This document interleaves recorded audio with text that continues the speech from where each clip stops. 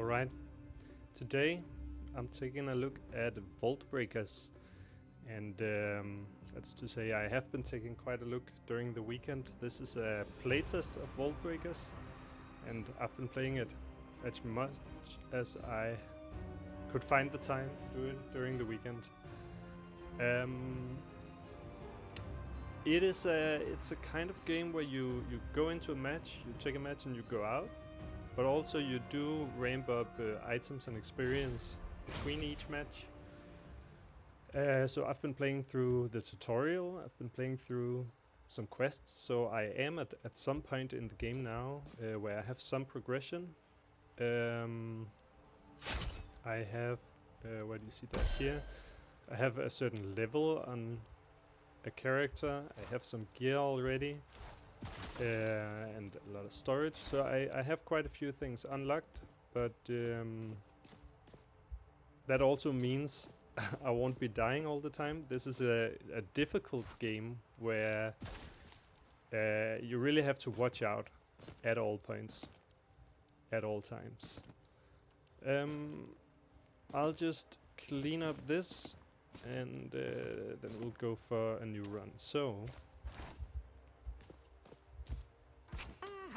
you choose between different characters that you can play up here.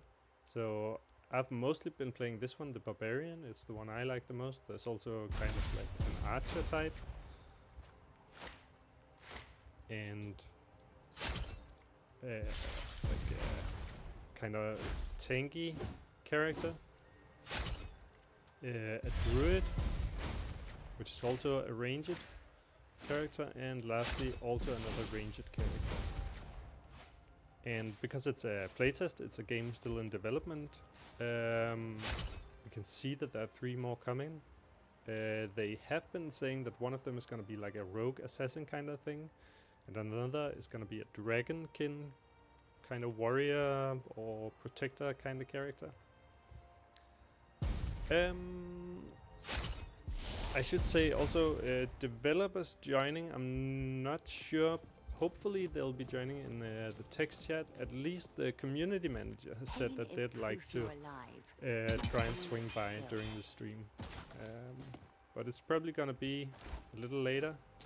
They start their work at around this time. Maybe after a morning meeting or so. Maybe we'll see them. At least the community manager is hoping to find time to swing by. Of course, they won't be able to say much about the future of the game. Probably they won't like to say anything for certain about what the future of the game is going to look like, but maybe they can talk about how development has been so far. I'll join the game. So you are in this kind of sanctuary. They call it the Haven. Then you enter a game that has a timer up here in the right corner that starts at 20 minutes. And you have those 20 minutes to go out, complete some of your objectives, get some gear, get some items, and then extract out through some extraction portals. As they also say down here, the world is dangerous and healing is sparse. Almost all enemy attacks can be avoided, so try to take as little damage as possible. And the game seems to be very centered around clear NPC attacks that once you learn them, you can avoid them. Let me see. Usually you start in a quite calm little area, and there's an easy kind of mob or NPC like this one. This is just a regular bear. It has 2 types of attacks. One is that kind of charge thing, another is like this swipe, swipe, swipe, and you can see kind of how the attack is highlighted. And if you stand in that area, let me try that, then you take quite a lot of damage. This is a very easy, like one of the first mobs, and I've already taken maybe 25% damage. Healing is not easy, it's not readily available, but you can heal in certain ways. Like you have healing potions and bandages, can help you heal. Notice also, like, the health. 90% of all damage you receive is converted to wounds, which are passively recovered over time. So I took some damage, and some of it I won't be able to recover unless I use a healing potion. Then that will recover. But most of it turns into that brown kind of health, which are called wounds, and those can be recovered. But if I lose all the green health, then I'm gone. Oh, I actually just walked straight into a little mini boss of a sort. And his following. So let's see how that goes. I mean, I should be able to take this guy for sure, but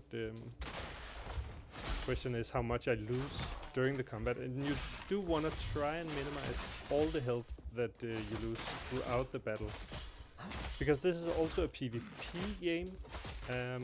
It's a multiplayer game, and there's a lot of it that's focused around the PvE. But there is PvP, and it's a kind of tough, what do you say, punishing game. The thing is, if you die, you lose all the gear that you have up here, all the gear that you have here, and it's split into gear and materials, like this one. If it was down here, I would lose it. The materials, I would lose half of those. So you lose almost everything if you die. So it's about getting in, grabbing some materials, some armor, and extracting through a portal before you die. An extraction portal is one of these. So there are group extraction portals and there are solo extraction portals, and that's because the game can be played as solo, as I do now, or as a duo or trio. And if you activate a group, then you have this 30-minute timer to get out. I won't extract just yet. We should try and complete something while we're here. I have certain quests. Let's see. Deliver a cursed moonstone. So let me try and fight for that one. I need a cursed moonstone. And the map is quite big. Now I've kind of been circling this area up here, and it's quite diverse. So different areas have different kinds of mobs. I know that a cursed moonstone has something to do with werewolves, and I know that the werewolves are in this kind of area. But actually now I just saw something I haven't seen before. I haven't been into this little corner, so what's this? Talk to the Celestial Guardian. Dragons will once again reclaim their former glory. The Celestial Flight will see to it. I will say that currently it looks like the quests still have some work to do, so some of them are quite fleshed out, some of them are quite quick, and some of them have a few typos. This is a really good reward on this one, and I haven't seen this one yet. You're not one of Barra's beasts. Good. Okay, Barra, that's kind of an evil werewolf boss, as far as I'm aware. I'm Dragthor, leader of the Celestial Dragonflight. Milloween has called upon my kin for aid, but I've been delayed by these cursed woods. I see by your insignia you are a Vaultbreaker. So yeah, I'm one of the Vaultbreakers. Story is that there is a vault that's been attacked by the Void, and I've been called in as a hero or a Vaultbreaker to try and rescue the situation. He points toward the distant elemental stone circle. Barra's werewolves are meddling with ancient magic down there, mixing the pure essence of elementals with corrupted moon energies. I've seen them gathering strange moonstones around the great fallen tree that splits Wolfwood, their stronghold. Are you up for a challenge? Find one of those moonstones and place it upon the altar. We must discover the nature of this dark ritual before it consumes the entire forest. That will unlock Dragthor, so he will probably arrive in the haven if I help him out here. Now, the stone circles, there are like this one, the northern stone circle, and there's another one here, eastern stone circle. Did he mention elemental cave? That's a thing down here. So apart from this map, you can also open areas. You can see there's like a little bit of a gate here. And if you open those with certain items that you also need to find, then you get access to an area that's more difficult but also has better gear. I also want to say that these ones, that's probably gonna be a player character. If you go to their Discord, you can kind of see some of the work in progress stuff they have, and one of the player characters is gonna be one of those guys. Let's keep focused on finding one of those moonstones at first. Alright, so this is another easy enemy. It's slow, it walks around, it does one attack. But again, you need to avoid it, otherwise you will take quite a bit of damage. Then there's objects like this around. This one can heal you. It's quite rare, but very helpful.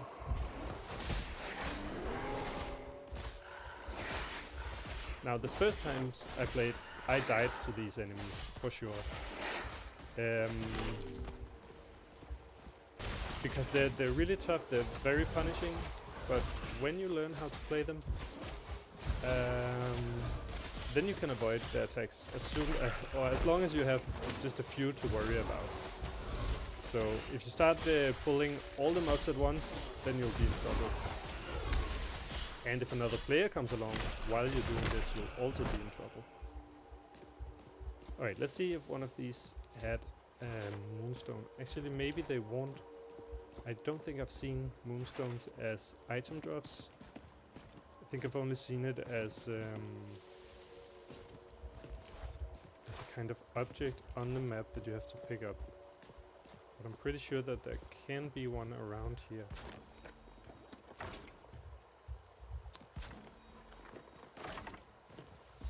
I'm gonna be a little bit picky about what I pick up. Was that the sound of me, or was that the sound of another player? I think it was me. So if you play this with a headset, you can also kind of hear if players are coming from one or the other direction, which is really helpful and can save you a lot. You kind of want to get the drop on others rather than them getting the drop on you.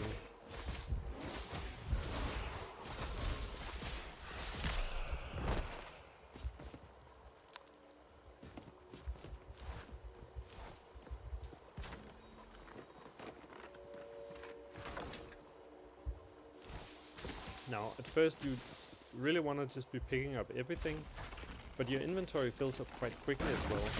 You can unlock further down here. I haven't met, so it says unlock with quests from Lele. I haven't met any Lele.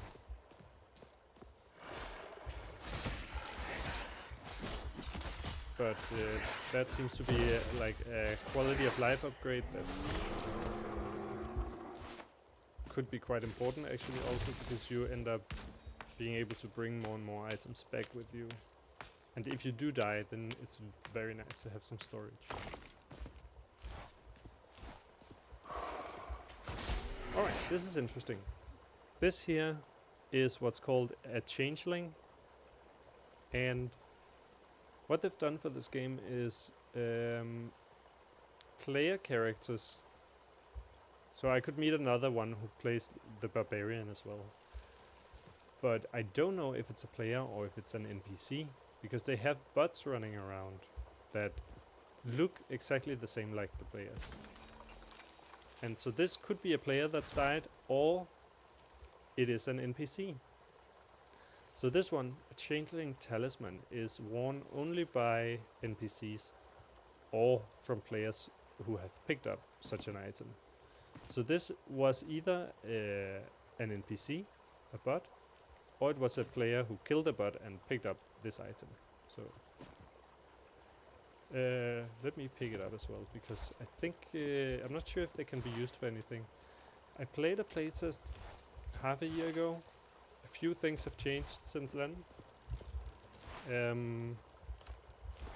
But back during the playtest half a year ago, you needed this talisman at one point, and it was quite hard to get a hold of. I haven't seen any quest yet that, or any kind of crafting or anything that requires me to get one of those. So I'm pretty sure that actually I've seen one of those cursed moonstones. Maybe just here. That's why I'm here at the stone circle, because I know there was a moonstone around this place. Oh, there it is. Thought that maybe that player had picked it up.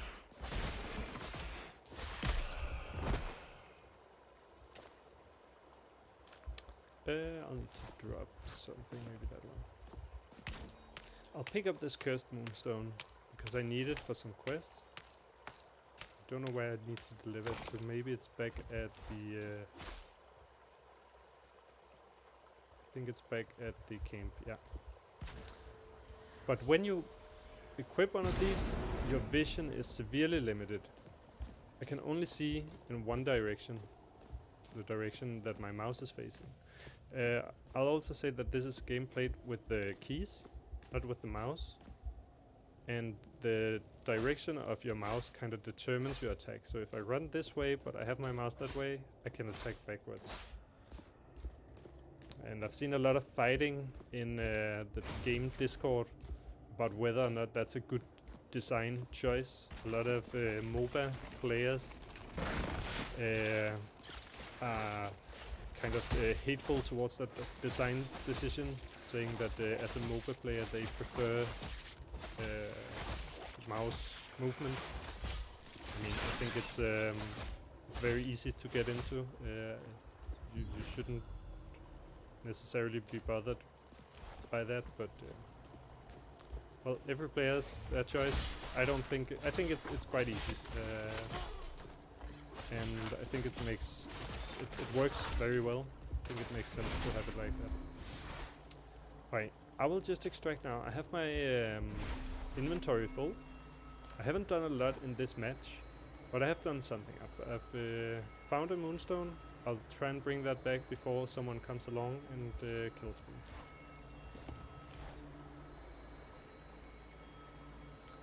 The battles, they can last for a very brief amount of time. Sometimes you when you get attacked by another player. Alright, so you'll hear now there's a lot of sound. That's because right now my camera is spectating another player during this loading screen.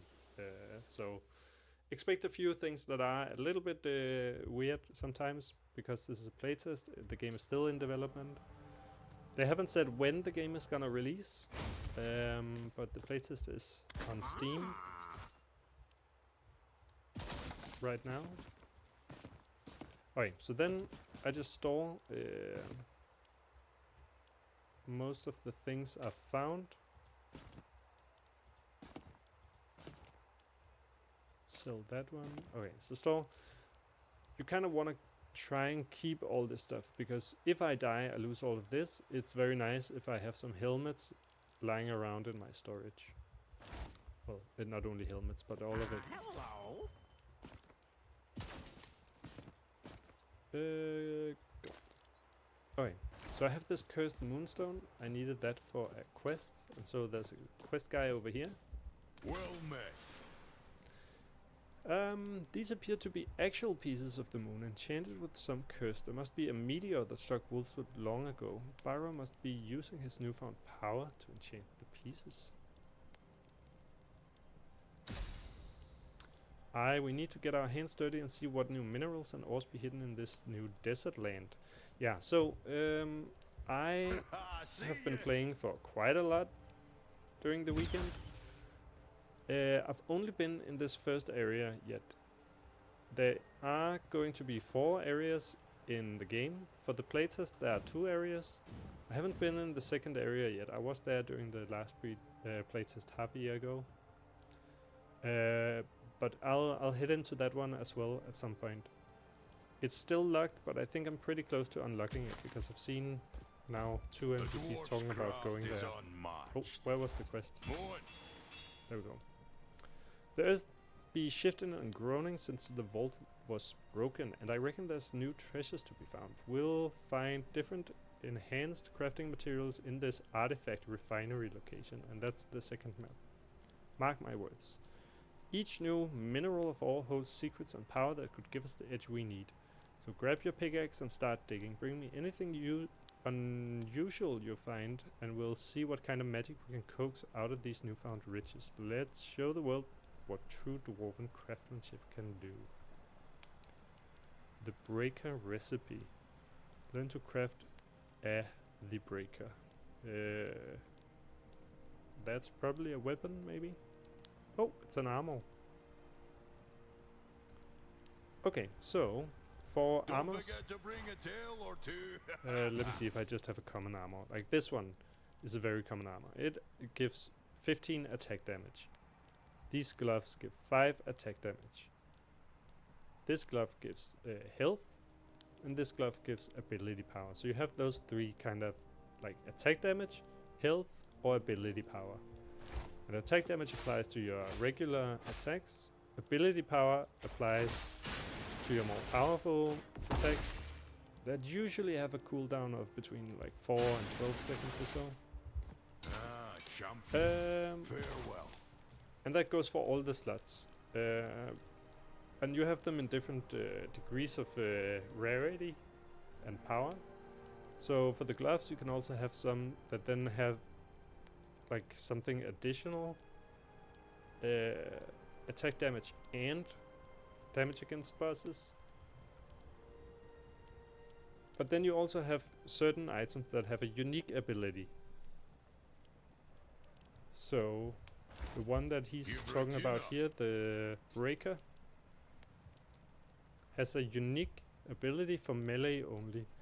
Every third melee attack adds a rupture to your next basic melee attack, which will deal 115 physical damage in a line. And that's besides also granting a bunch of health and armor. So this is a really good one. They come in the same, like, very common kind of rarities. You have the white or grey items, then the green, then the blue, then the purple, and the orange. And I haven't seen any purple or orange yet. I think this is the first blue one I'm seeing. You'll have players in the Discord say you can get a full set of blue armor or purple armor in an hour or something. Now I've been playing for a few days and this is the first one I see. I'm not a hardcore player like that, but if you are, then you can get far pretty quickly. Okay, so he wants us to go to the desert, but for the desert I still needed what? Unlocked by a building upgrade. Yeah, so building upgrades, there are a few buildings around and you can upgrade those with the items you find. For example, for this one I still need some fur, and it says it can only be found on the most powerful bears. Maybe I could show that. Let's see which one.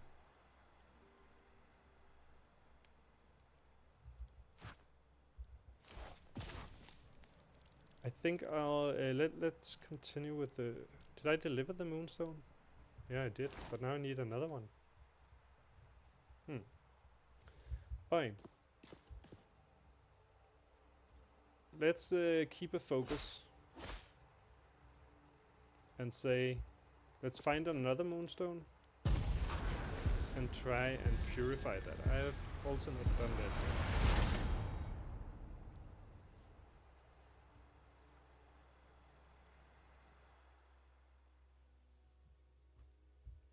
So, an interesting thing about this game that I read somewhere. The company who makes it is called Beta Dwarf, and they've been making games that, how do you say, are kind of co-op and are meant to enhance friendship during play. So I think one of their ideas when they started this game was to create a MOBA, you know, like Dota or League of Legends, but that didn't have the toxicity that those games have in their communities. So players of Dota and League of Legends are very known for being very toxic and for flaming. And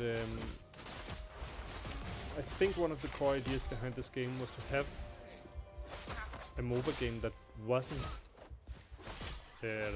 like that. Alright, this over here is another player, or one of those changelings, an NPC that looks like a player. Sometimes I try to just hang around, see if they attack me. And this one did. Okay, so now I might need to focus a bit. Let me see, I'll blink in, try and slow it. So my weakness with this character is of course that I'm melee. And the character that I'm fighting now is a ranged character. I think they decided to run away. The reason is, you can also see my item level up here, 95. Am I developer Freddy Getty? No, I am not a developer Freddy Getty, but I think you are. I think I've seen your name as a beta dwarf, haven't I? Oh well, I am a game developer, yes, but not on this game. And hello, Freddy Getty, welcome. I was just about to say I have this item level 95 from these items. Usually, well, if you don't have any items, you start at 80. So I have about 15% more stats than somebody without gear. And that druid we just met was at 84. Sometimes you won't be able to see this before you enter combat. So they probably just hit me, saw that I was I had way better gear than them, and then they decided to flee, is my guess. You got confused by the title, and you thought you had a new coworker suddenly. No, it's because I talked with Miss Lady J, or Jess, the community manager. And she said she would try to bring some of you guys into the stream, or at least she would be joining. But well, now the title matches. Now I have you here. So what do you do on the game? I usually do a stream every week where I stream a different Danish game and bring in some of the developers, either in text chat or voice chat, to talk about the game. So it's a fairly new stream, but I'm trying to set it up, and it's been fun so far. Had a few developers join in the other games. So no, you don't have a new coworker. Although actually I saw that you do have an open position for the game right now, and I have applied to that, so I'm quite curious to hear back on that.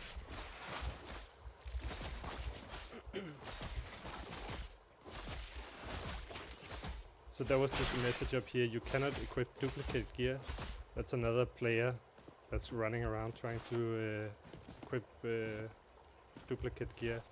And that message is just broadcasted to everyone. So that's a bug in the playtest that I've seen developers are aware of. So of course, if you play a playtest, you should always be kind, leave some feedback and some bug reports if you see anything wrong with the game, so you can help out improving the game. That's awesome. I mostly do programming for quests and upgrades. Oh, nice. So do you get to make any decisions about the game as well? Or do you take your orders from the designers and just implement?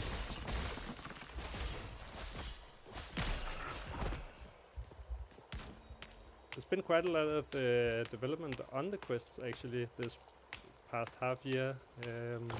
Like I played in April, now it's December. And when I played, there wasn't as much linear progression as there is now. Like in April, I had 20 quests at once, and now it's been cleaned up a little bit, and there's sort of a little bit more progression to them. Oh, I can see now. This is blinking, this area, which is right above me. I'm this arrow. That means someone has started this ritual. So we could go hunting for that player. I'm in a pretty good position to hunt others right now because I am at full health. I'm at 95 item level. Don't know if anything happens if I enter these. Doesn't look like it. Where's the player? Okay, so they're trying to cleanse one of those moonstones. Now Shaman comes running back, so probably a player just fled that way. And there they come. Ooh, 95. And another. Okay, so there are already 2 of them here. Just lost a little bit of health, so I'll remain in the shadows for a little bit, just heal up. See if I can get the jump on them. Usually you want to be kind of evil in this game and just attack anybody, because they'll do the same to you, and if... Oh, there we go.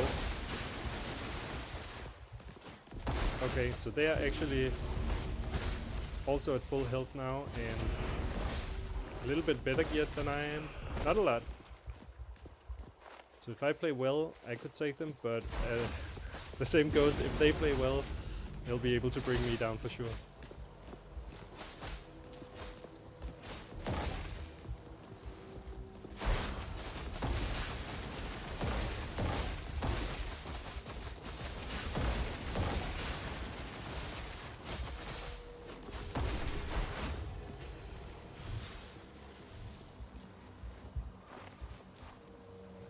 Ooh.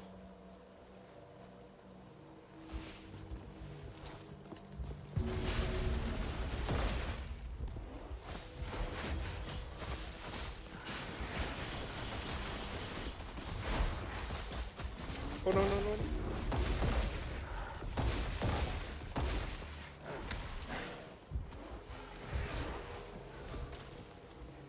I'll just leave them to struggle with the mobs a bit while I go grab some help.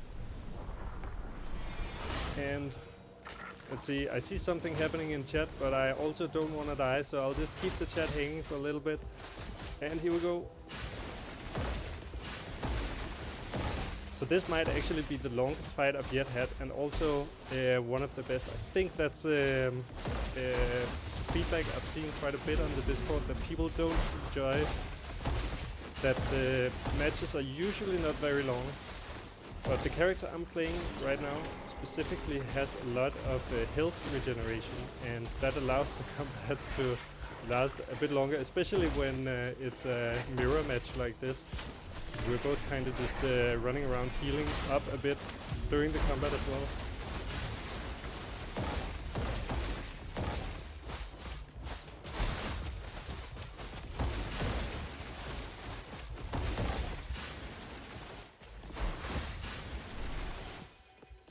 Oh man, my heart is pounding. We're doing the same, both of us just trying to get a bandage up and running.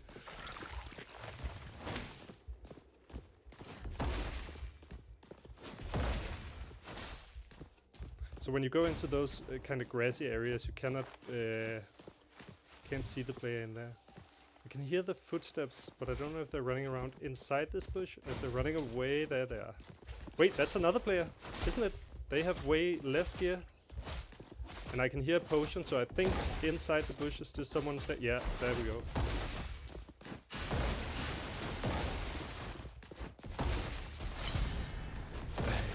So they were way out of their water, way out of their depth, whoever that was.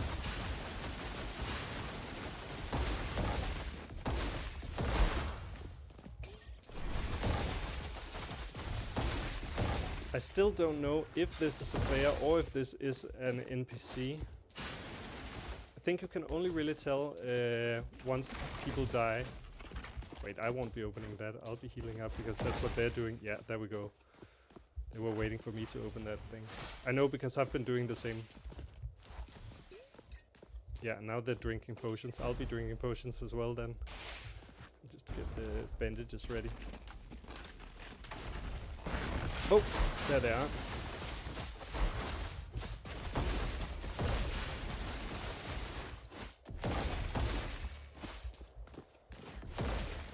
Okay, this is for sure the longest fight I've ever had, and I'm starting to think, how do we ever get an end to it? Well, maybe now I get a chance. Because they're really low, come on. I just gotta not overextend now.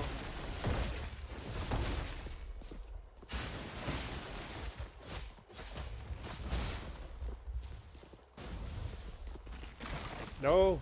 Damn you.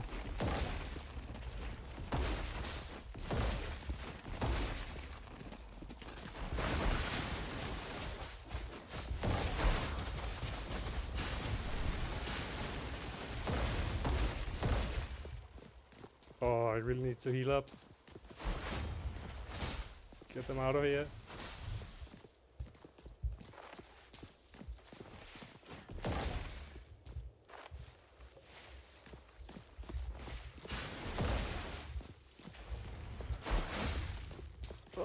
No! Yes, yes, yes, yes, come on, come on. No, no, no, no.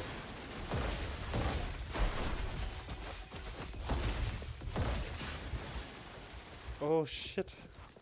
I'm running out of bandages. If I can get to the other side of the gate and just close it for a little bit. Ooh. So you also get to know the area a little bit, and sometimes you can kind of know that there are some of those healing blobs around. I don't think there are at this place. Do you think they're ready? Waiting for me to open this door and just ambush me? No? Maybe they got enough. Maybe they running away. I'm having a moment of time to just look at the channel. You're suggesting to kick the barrel. I'm really afraid of these barrels, so they're kind of explosives. Yeah. And I tend to just kill myself with those instead. Because if you kick them into an area like this, they'll explode and they deal a lot of damage. Wait, is this the... This is a changeling corpse. They couldn't have died, right? Did they just get enough? I think they did. Well... Okay, that was great fun. And seems like somebody else thought so as well in the chat. I can see a lot of stuff has been going on. Interesting to watch two Thoras fight. Yeah, I haven't done that as well before. I've played this character most of the time, but haven't met a lot of others with it. Oh, damn, I kind of want to just extract because I'm so distracted right now and I'm so on edge. So I think I'll just leave this match. Actually, it's also almost running out, so you can see... Oh, yeah, I didn't even notice, but this circle will close in on the map. In a very typical kind of extraction game. So then you need to go find a portal before that timer closes. Before that timer ends, it just shrinks in the map more and more.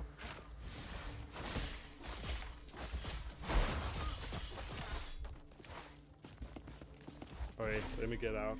Hello, Miss Lady J. Nice that you're here. Gonna die for you.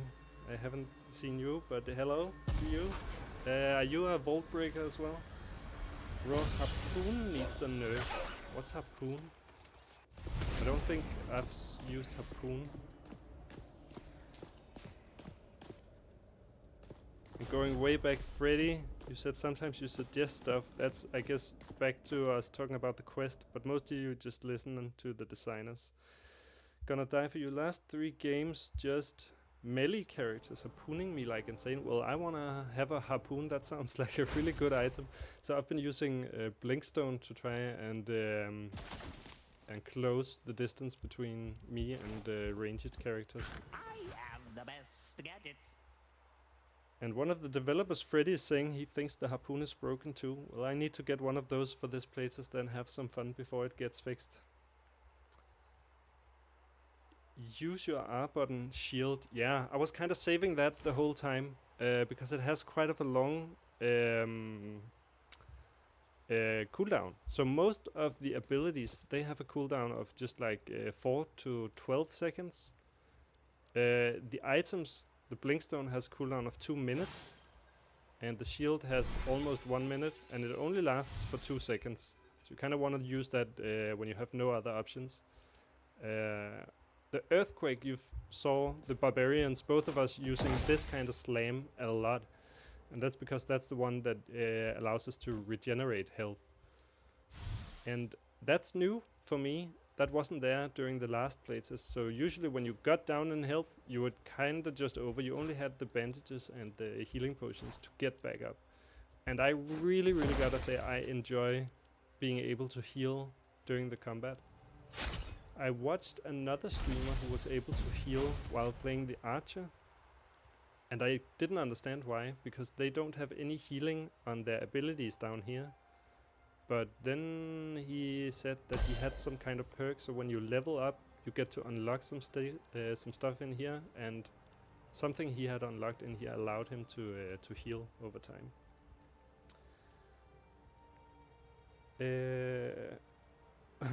And then Miss Lady J and Freddy are talking about the message spam, the "you already own this item" popping up. I saw actually in the Discord that that was fixed during a hotfix, but it's still around, so.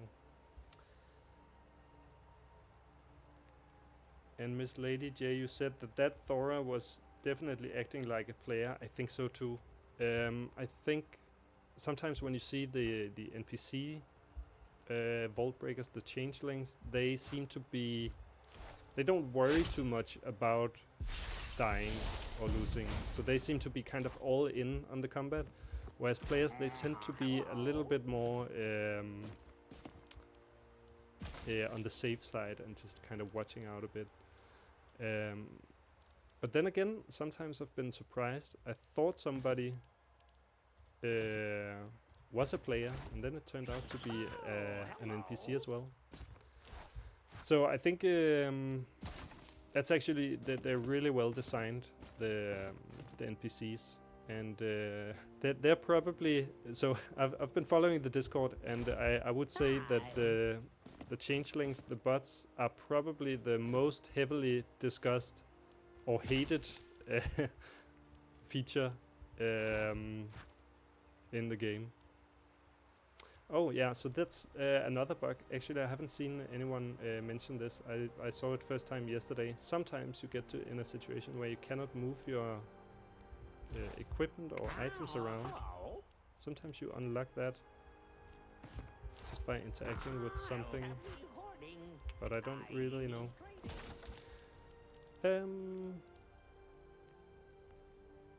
Oh wait, not to worry. Let me just, I guess, remove those two, store this instead, and get back out there. I ended up not completing the oh, no, I can't. Oh, wait, like that. I didn't get to the moonstone at all because I ended up in that fight. Let's try and see if we can get the moonstone this time.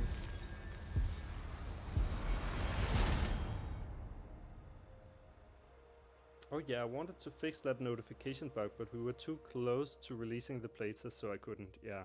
So sometimes when you're developing and you're very close to starting a playtest, you kind of want to just focus on bug fixes, and you got to be really careful about even bug fixes, because sometimes you just end up introducing other stuff.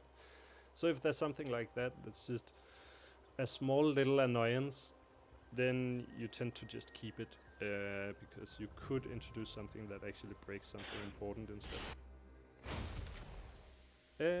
Miss Lady J, the community manager, going into a meeting now. You will be back in a bit. Well, looking forward to seeing you. And Freddy, people dislike the changeling bots. Did not know. Oh, Freddy, if you go to your Discord, you will see a lot of haters. But I mean, also a lot of love.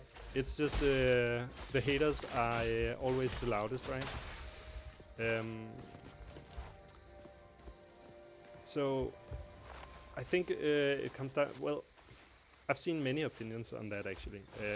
So somebody said they wouldn't even play the game if the changeling bots are gonna be in the game. They thought it was a playtest kind of thing, just to ensure that there are enough players running around. and they said they wouldn't even play the game if they're gonna be there as bots. I mean, I think they're really fun. They add a lot of challenge to the game. They just have to be kind of at the right difficulty level. It's not super fun to play and meet one of those and be sure that you're gonna die, or be 50-50 that you're gonna die. It's fine to be 50-50 against players, but against NPCs you kind of want a challenge, but you also want to win it. You only lurk a bit in the general chat. Yeah, I think I also worked on a game once that had a quite big community, and you can't follow it all because there's just so much going on. People are writing all the time, and if you want to try and read everything in chat, that's a full-time job. That's why you end up hiring a community manager, because then they have a full-time job of just keeping track of what's going on. Wait, I'm talking now. I'm not even focusing on the game. We should be heading up to find one of those moonstones again.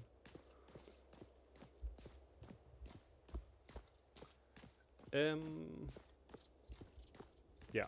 So, there are actually also werewolves here. I thought the werewolves were kind of like in this Dark Moon Pass and the Northern Circle, and I've seen also actually this is called the Venom Web Hollow. That's a kind of spider area. I've also seen moonstones in there, so I think I'll head up here, try and go in here for moonstones, and then maybe up here. And I think the moonstone was just around here or here, and then head to the ritual.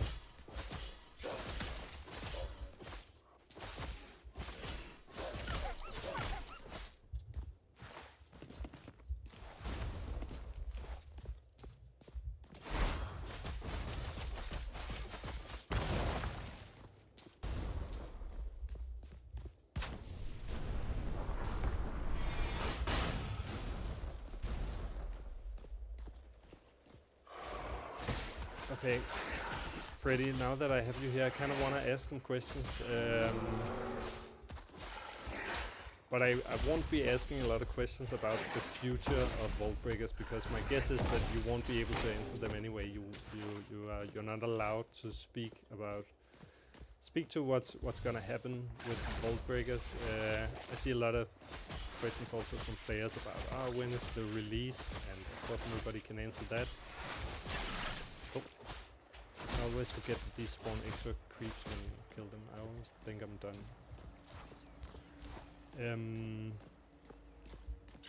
Freddy, were you there when development started on Vaultbreakers?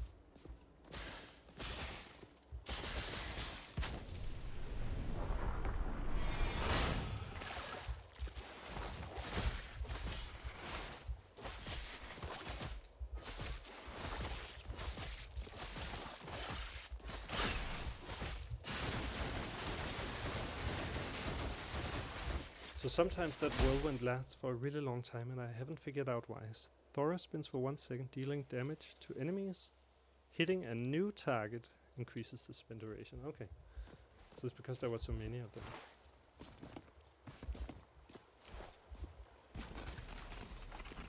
Which will also mean actually you can use that in team fights. So I've been playing this game in the solo queues, and when you play solo, you only meet solos in this playtest. So maybe that's not going to be final, because in previous playtest you could play as a solo, but you could meet duos, which is like 2 players joining and being in a team. Then the solo player had an advantage. They had a flat out, they started at 100 item level even with no items equipped, whereas the duos, they each had 80.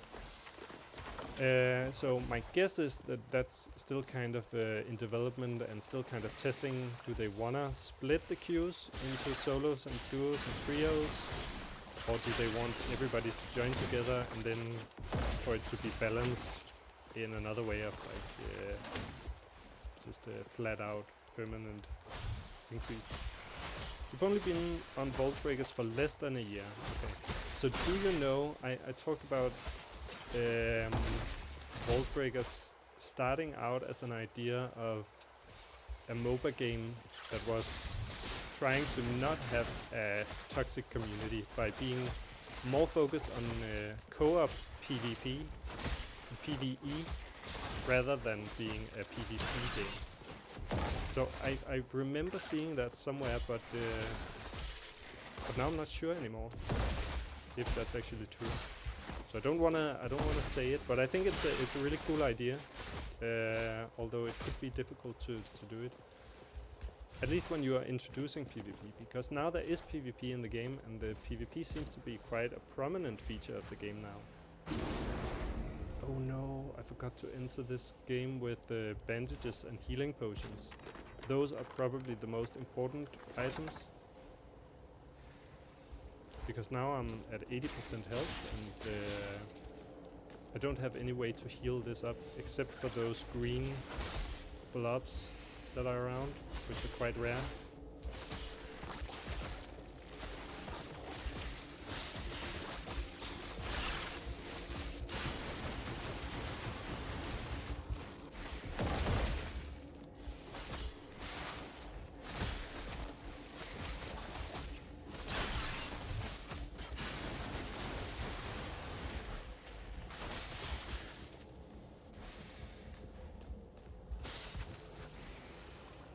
Hoping to find that other barbarian player in the Discord channel later. It was such a fun, intense fight.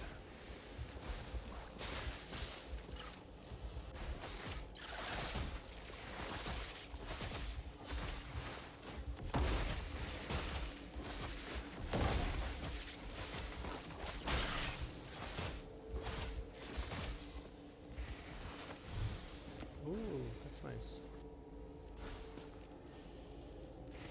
200 health. So this is another kind of shield.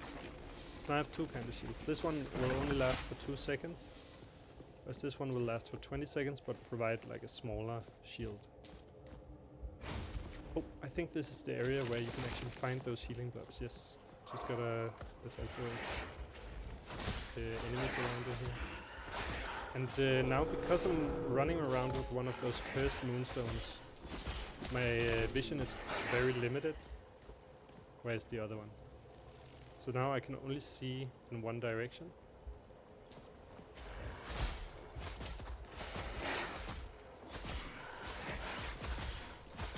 So you don't really want to grab those items at all, but sometimes you need them for some kind of quest or to craft something. Yeah, I've seen that they can be used to craft better chest plates, for example. Well, now I need to complete a ritual at the Northern Stone Circle.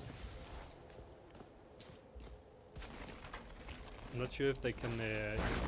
It will purify all of the moonstones at once. Freddy, the game's been through a lot of changes from what you've heard, but I really like it currently. I gotta say, I really love this game. It's amazing. I think it's 90% there. There are a few things to tweak and a few things, but I have so much good stuff I want to say about this game, and I'm gonna forget half of it. But the level design, for example, is great. There are these different areas that are all providing each their own kind of challenge. Quite different mobs. It's not like the mobs are fairly simple. They usually only have like 2 attacks each. But because the attacks are all so fast, oh dang. I'm gonna end up dying now just to mobs. Oh no. Oh my god. I was distracting myself. Okay, silly me. Well, now I can show what happens when you die. Oh damn, I had a lot of good stuff too, and I didn't need to die in that situation at all. Extraction failed. Okay, so what happens when you die is that you fail to extract from the game. You don't go through a portal. Atos brought you home, it says, and Atos, that's the bird that's in the camp. And well, it's not called a bird, it's called a phoenix. It says I escaped with 50% of my materials, so that's down here. I lost 50% of what was in here, and I lost 100% of my items. And I also escaped with 50% of my XP. And then I'm just kind of spectating someone. And now I can actually see a name above them. I'm not sure if I can skip through who I'm watching. Oh, now it changed. Oh, if I click the mouse button, then I can change. And then I can see this guy is a player in drops. I guess this is a changeling then. Yeah. So this is just an NPC.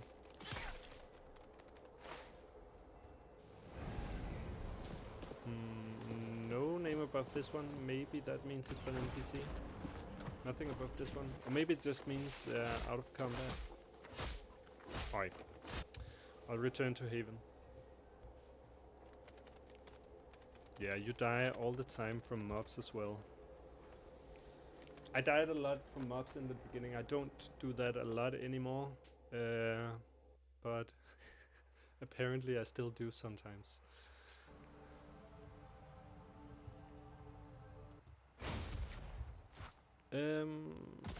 Go into storage. So now I can see, like, okay, do I have any helms still? I have one that's green.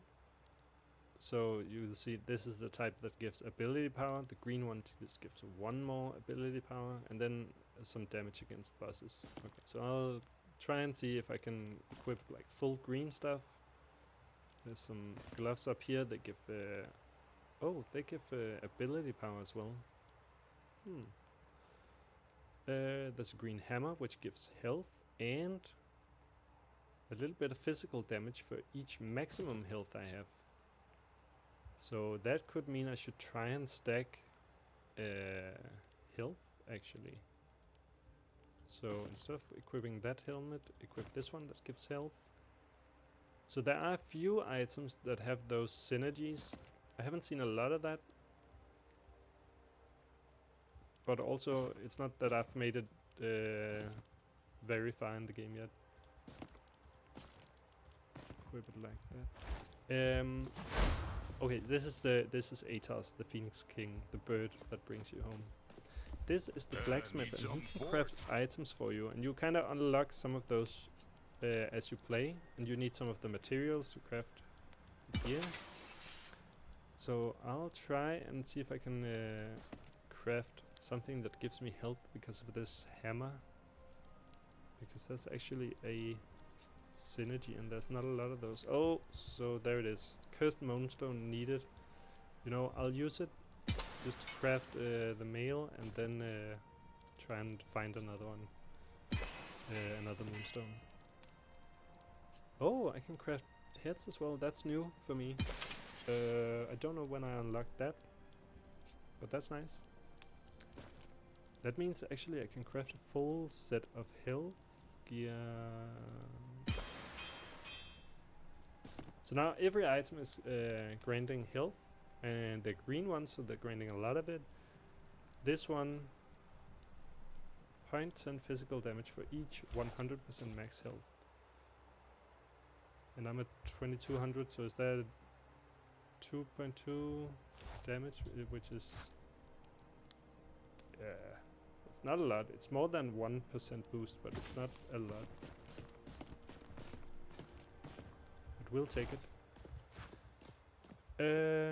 Don't have a ring. That actually puts me way up at 98, which is quite a lot. Let's try and find one of those moonstones again. I guess that's the quest of today, and we'll see if I ever get to do it.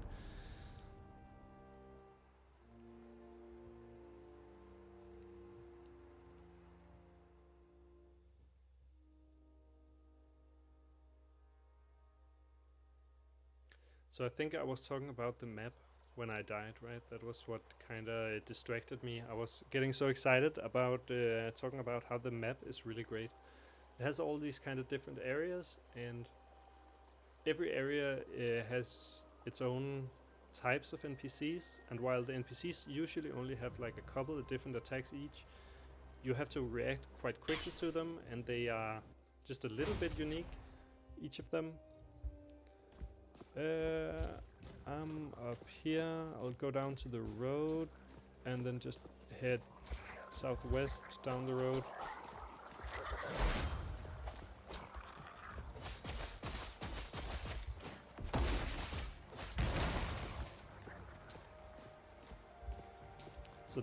So another thing, I'm talking about the level now, how the level designer did a really good job on this. There are these stones around, which help you increase your movement speed. I think they give you 10 or 15% movement speed for 15 seconds. Increases movement speed. It doesn't say for how long. If you take damage, you will get stunned. Okay, but then it's just about to run out. There's another one, and you get to keep running. And those are placed around the roads. So of course, right now I'm on a quest to gather those moonstones. Oh, there's one here. And they're kind of in this area. Oh, what happened? Is that just me taking the moonstone? I think so. They're kind of in this area, so sometimes you spawn, like all the spawn points are somewhere out in the sides. And you can spawn, oh damn, I need to go across the map. But it's actually not too bad because there are those movement speed increases and they're all on the road, so you don't really get to use them when you're out fighting, but mostly when I mean, I need to focus so I don't get killed off of these mobs again. Yeah, but they are out on the road, and so damn it, I forgot to bring bandages and healing potions again. It's difficult to play a game and talk about it at the same time. Who would have thought?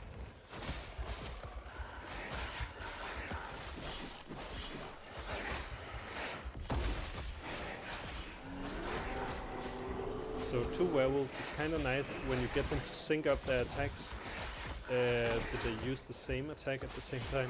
Then it becomes a little bit more predictable what they're gonna do.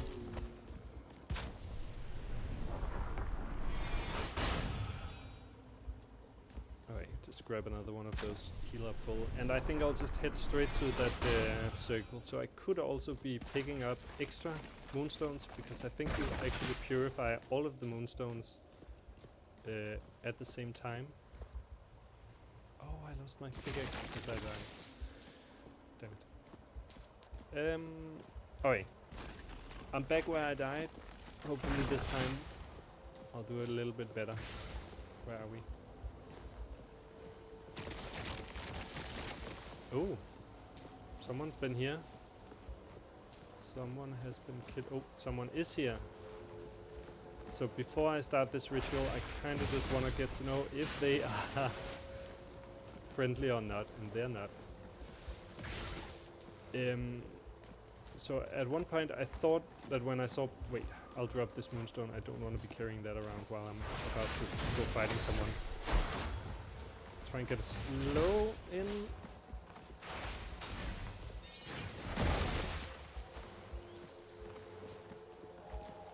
So the barbarian has a few things to kind of help her with her movement, because she's a melee character. She can slow the others and she can increase sprint for a short period of time. Oh, I really gotta be careful because I don't have any bandages. Can I... Is there a healing blood down here? It's not super important for me to kill that other player right now, because I have pretty good gear. I didn't even see what their item level was, so... Like, I don't need their gear right now, I just need them to go away from this area, really. It looks like they ran away and closed this door over here.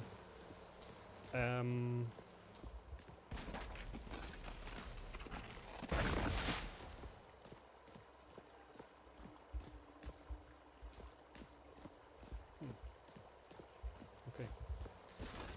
So I've never, when somebody closed like this and ran away, I've never chased them down, killed them, and looted a changeling talisman from them. So that might have been a player.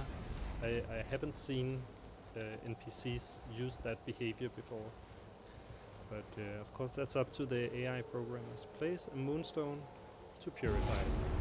Okay, so that starts this ritual, and I remember something about that. I think you need to... Oh yeah, you need to stand in a circle. When you stand in a circle like this, this bar kind of increases up the column. Now it's triggered. This one is triggered. Oh yeah, that's right. You don't want to do them all at the same time, because when they get triggered, then they also spawn mobs. So maybe I want to just run out of those areas before I spawn too many.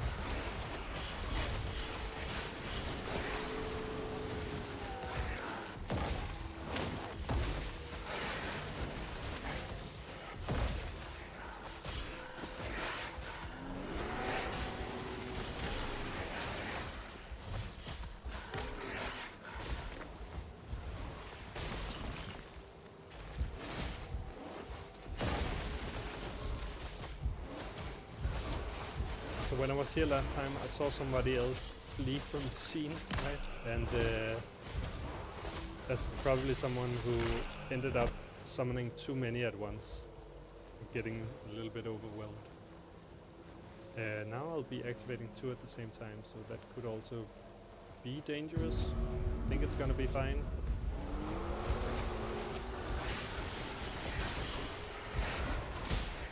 Actually, maybe that was just stupid. No need to... like, you gotta remember, this is a difficult game, and when you die, you produce all your stuff, so just... there's not really that much need of a rush. Of course, you need to complete your objectives before this timer runs out. So when it goes down to the 5-minute mark, then the map starts to... what's it called? Decrease inside. The circle starts to envelop the map, and you need to get out.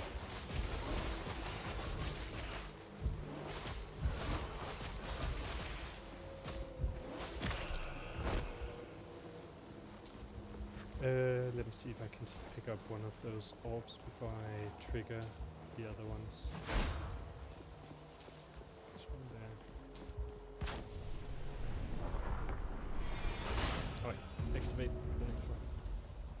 Of course, you also, when you activate these, then you have this linking stuff going, and that's gonna attract players looking to kill. So I watched another streamer who was specifically just playing for the PvP. He didn't care at all about completing the missions, he was just here to kill other players. So he would just be looking for stuff like that, those triggers,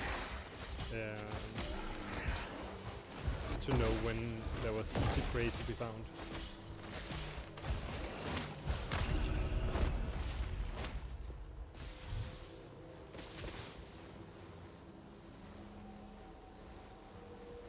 Alright, I'm not sure what's gonna happen now.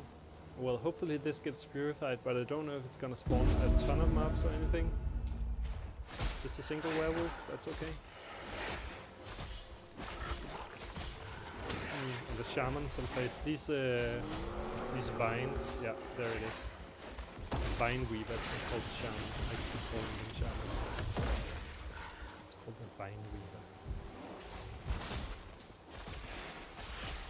And I've actually been needing those moonstones for quite a few quests, and maybe also crafting. So... Ooh! They gave a lot of stuff. So, okay, this purified moonstone is what I needed for the quest right now. I've also been needing it for other things. Searing flask, that's one of the items you need to open up into some of these areas out on the side. And what's out there is more powerful enemies, more powerful gear.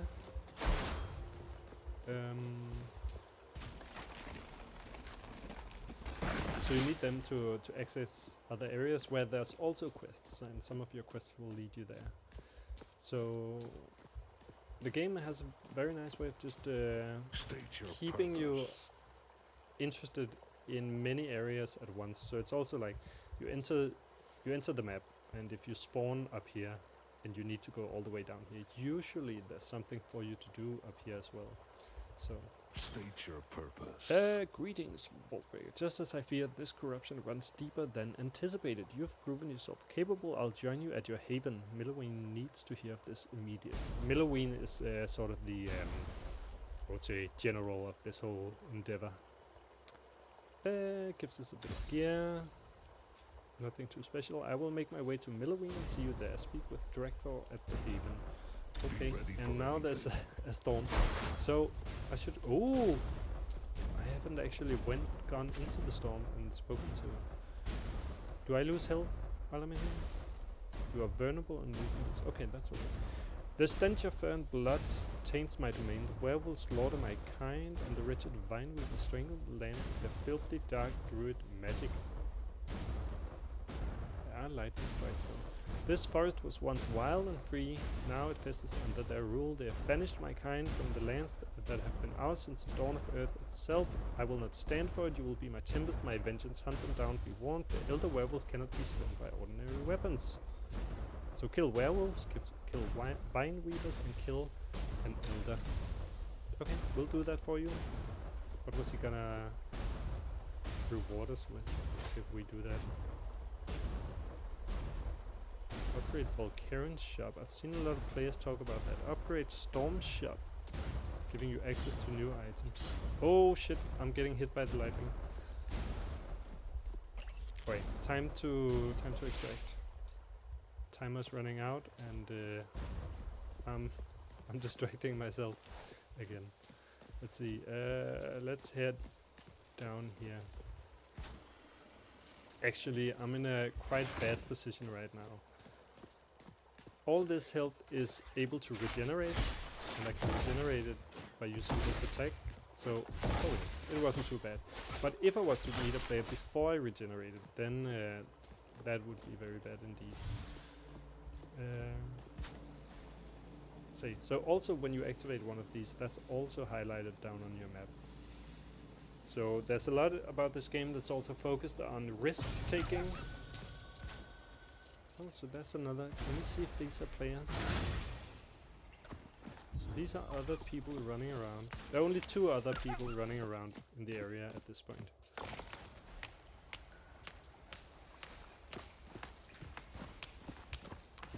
I want to say the playtest is available today and tomorrow. I think it's gonna close at midnight tomorrow. So you do still have time, if you haven't tried it already, to go in and have some fun.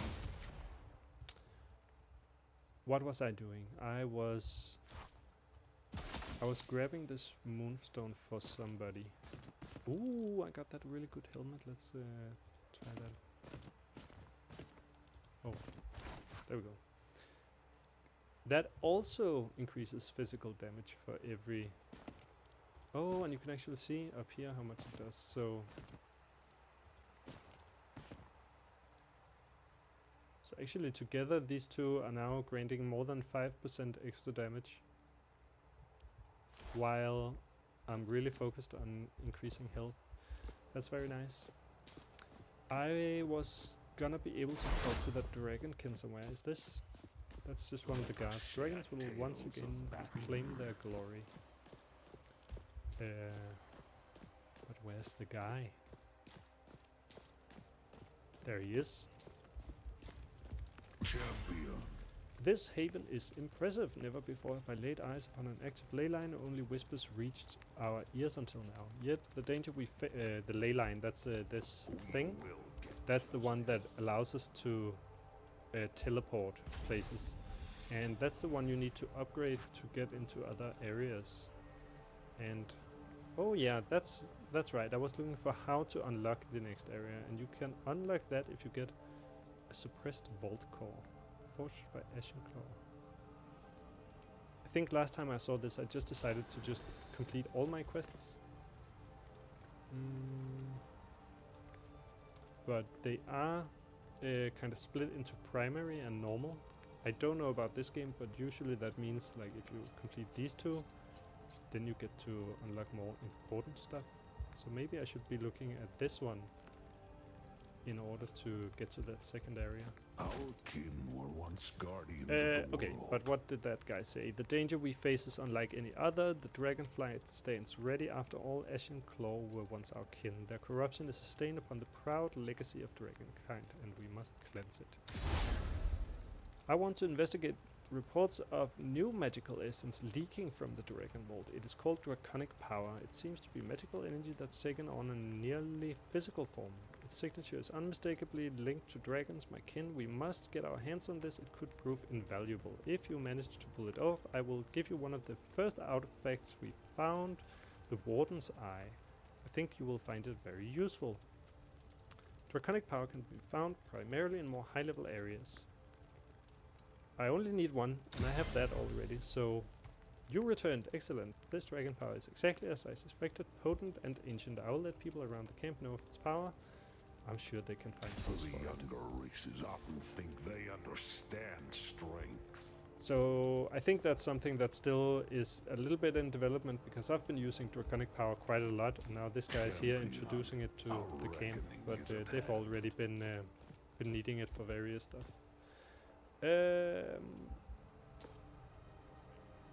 Which means let's try and unlock the next map. I kind of want to show that off as well. I don't know if I'm able to quickly do that, but I'm guessing this quest is the one that's gonna bring us there. I need to craft vault bombs, and I remember something about unlocking that. Well, I have dynamite, and that's not it. Oh, now I can craft even better boots. Why did I unlock that? Was that from the... it's probably from that dragon. But I need now stuff that's found in the artifact refinery, which is the second map. So I can't craft those until I reach the second map. Vault bombs. I thought the vault bombs was from this guy. So there are also, you can also upgrade the, how do I see, you can upgrade kind of this building, the furnace, and don't get access to what I'm looking for.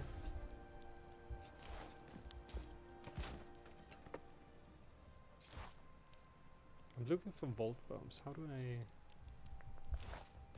What do you want, huh? Let's read the quest. We'll need a few of these vault bombs to crack open a vault. Maybe 10, maybe more. Only way is trial and error. Let's start by crafting 10.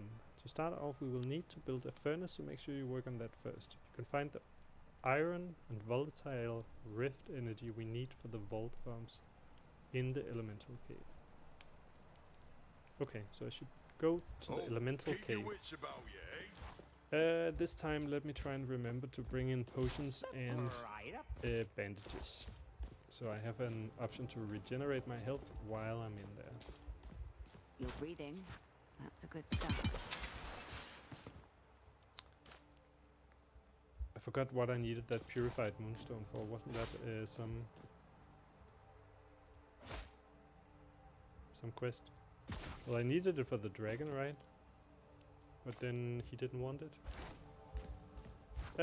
Okay, I think I'm ready. I'll try and just enter. Oh no! Wait! Cancel. There we go. Because I need to bring dynamite. Teleport. Because now I'm headed to that elemental cave, which is one of the areas that you need to break into.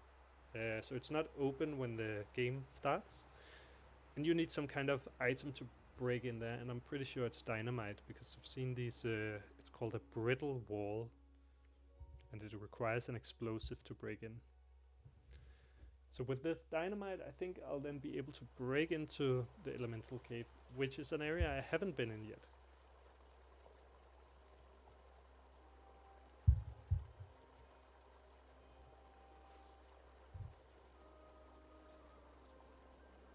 Freddy, are you still hanging around? And you said you joined in less than a year ago. Did you join around August? Oh, this is great. I spawned right by the elemental cave actually. Let's just clear these small little pebbles.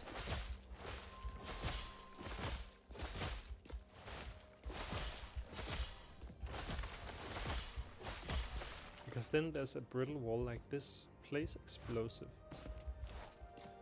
And I just equipped the dynamite, then there's a little bit of a 10-second cooldown before I can use it. So now I should be able to place a dynamite. Oh, I placed it on the other side of the wall, but there it is. It's gonna explode in a bit.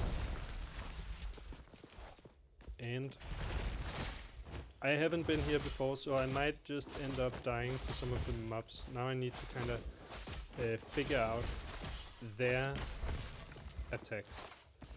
So, oh, I need a pickaxe in here. This is really good. This is kind of a rare kind of mineral. This is just the other entrance. So you always got to be a little bit careful about the mobs. They are very clearly defined, the attacks.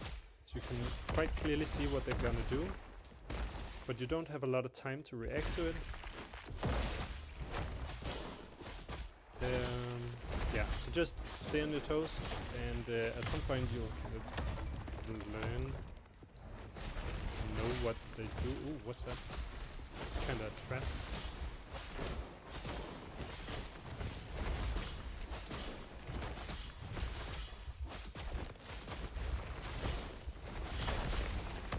Run. Freddy, you're still here, you're just lurking. You think you've been here since May or something. Great place to work. It's because I saw a job post for Beta Dwarf, for Vaultbreakers, for a programmer in the kind of quest mission gameplay kind of area back in, I think it was August or June or July or something.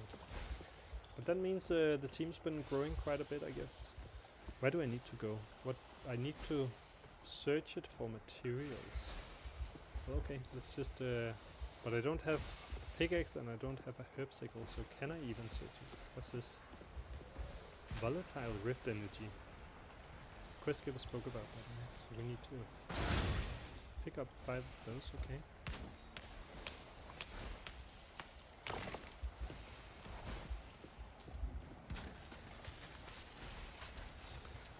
So, oh, Miss Lady J, you've been around for a little over 2 years.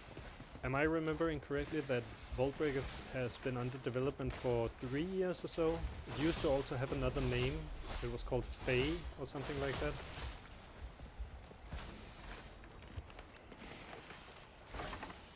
Building materials. And to any other people watching, you actually have the opportunity to ask questions to 2 developers right now, so grab that chance if you have questions about the game. Probably they will not be able to answer questions about the future of the game, so I'm not allowed to do that, but maybe it's something anecdotal. Well, this is an annoying little fight where I have to... Oh shit. See, this is also great, right? These are individually all kind of easy enemies, but just placing 3 of them actually provides a challenge. And I mean, I've said it once already, or maybe I've said it twice, but I really enjoy the level design of this. I think the level designer is doing a great job of just placing 3 enemies like this, and those are probably only placed like this one place. So it feels like every combat, every encounter is set up uniquely. Oh, not enough space. Damn it, I'm boarding again. I don't want to loot that, I want to loot this. You think it's been in development a little over 3 years. A little bit longer than 3 years, yeah. So searing flasks. I got a searing flask in the bank and I needed to unlock this area, which is even further in. I don't think I need to go in there right now. I should be able to find what I'm looking for in this part of the cave, I suppose. Maybe I already have it. Maybe it's just that elemental rift energy. But I think the quest giver said something about some other thing as well.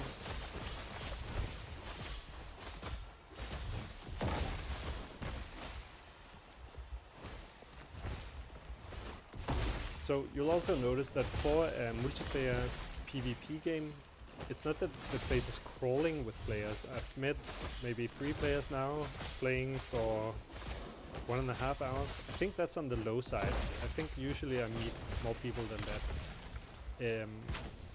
But it's not like there's necessarily players all over. Which is also great for this game. Because every player encounter is basically 50-50 if you're gonna survive it. And then you're gonna lose a bunch of stuff. So you don't want this to be a game where you're constantly meeting players. What do we keep here?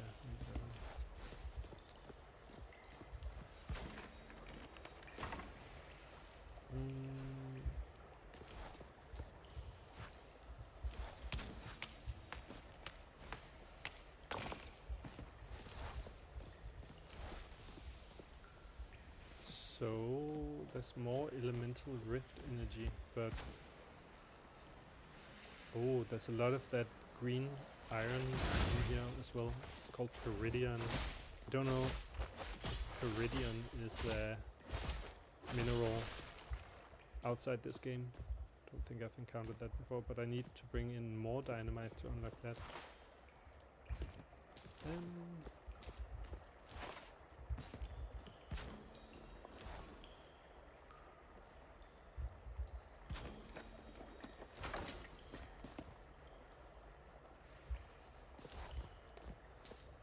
Kind of also want to find that Lele person that can help me expand my backpack. Oh, that's an extraction portal right here. That's very handy. Maybe I should just try and read that quest, because didn't it said something about iron. You can find iron in the elemental cave. I haven't found any of that, have I? Oh yeah, I did find a little bit. And I have some of that in my storage as well, so maybe I just needed that elemental energy. How much do I have of that now? This one, 15. If I need to craft 10 vault bombs, let's guess that I need 10 elemental rift energy, so that's enough. So I suppose I could just try and extract now. Maybe just grab this chest.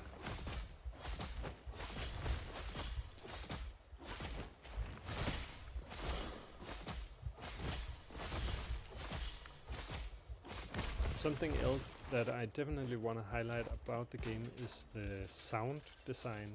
I really want to get over to this area. There's a kind of kobold-like creature which has amazing sounds to it. But other than that, like the total... Oh, wait, there's a quest in here. What do I do? Do I grab the quest in there? Yeah. Let's grab the quest and then extract outside. Because I won't necessarily go in here again very soon, because I need dynamite to get in here. I also just found another weapon. What's that? Gain attack damage for every second you haven't taken damage. And up to 30. That's quite a lot, depending on...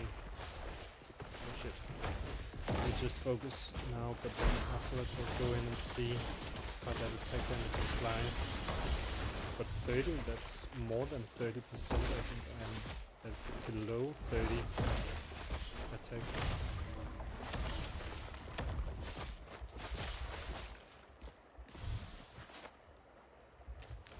I should also play some of the other characters to highlight those. Oh, this is another character to unlock. Well, not a playable character, but one for the camp. You're not an elemental. Good. I came in here to study the night shroom growth. They sprout only in areas where the ley lines have been disturbed. Oh yeah, you know about ley lines? Was that some big secret? I have traveled pretty far to get here all the way from the southern jungles, but I think I upset the local elementals. Turns out they don't appreciate me taking their mushrooms. You seem like a sturdy fellow. Any chance you could help me gather a few? I'd really appreciate it. I will help you make some potions if you want. See you later. Well, I definitely want to help you get back to camp, but how do I pick up mushrooms? Suppose it's these ones. that was an armor. There was a chest here as well. How do I get the mushrooms? Deliver night shroom. Is that this one? Doesn't seem to be interactable in any way. There seems to be some volatile ones. Mushrooms. I haven't seen mushrooms at any point.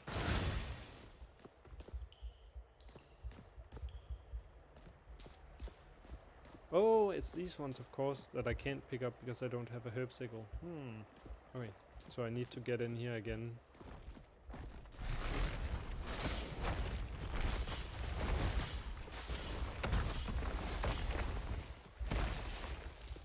Oh, and I won't be able to exit this way either because there's a wall.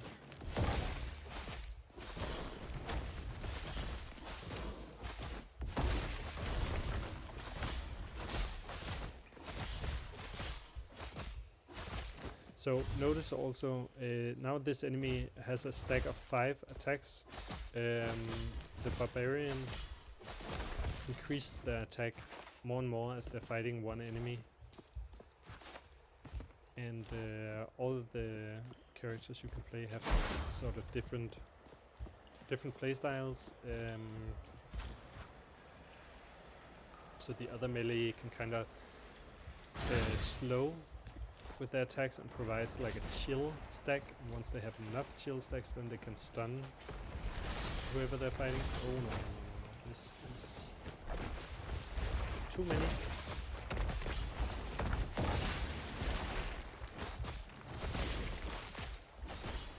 So you only also have 4 abilities, which might not seem like a lot, but most abilities have a kind of dual purpose.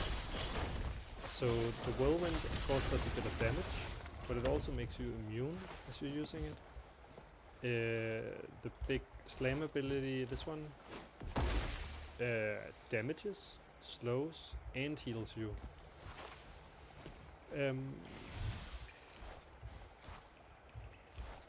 this point I'll just heal up a bit before I'm suddenly jumped by another player. Probably won't be one, and I actually really need to get out now. Because the timer is running low. So, and wait, somebody else also opened a door in here. You can see like the green ones has something opened. I opened one of them. So maybe another player is heading in here. I think I'll just try and head out the way I came and just go for an extraction portal right away. Because now I have the elemental rift energy and the iron, so maybe I can get the vault bombs now. And what's this? Oh, another haste kind of buff.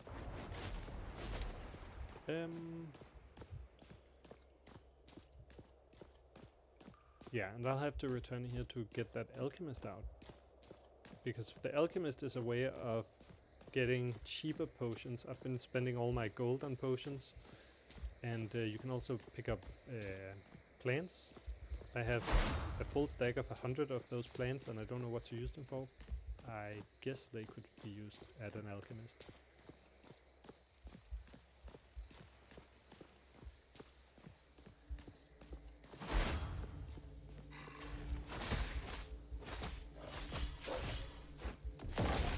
I was quite curious to see how many players actually play the game.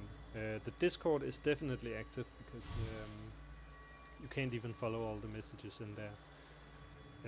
So I went to Steam DB, and it said that there was around 1,000 players playing the playtest during the weekend. Probably it's fewer players now during Monday. Maybe that's why I feel like I'm running into fewer players.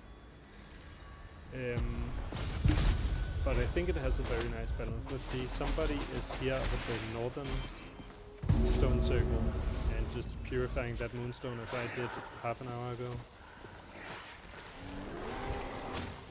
And that's the only other player that's still in, so most players have extracted at this point. Freddy, you're saying there were tons of players in your weekend games.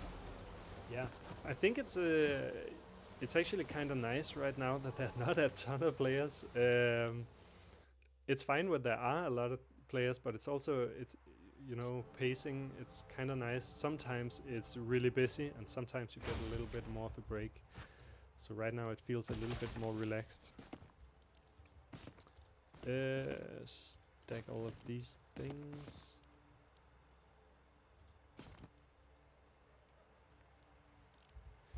I am also in the process of expanding my storage with this guy. So you find a guy that can help you expand your storage. I just need more building materials. You can find that in most camps.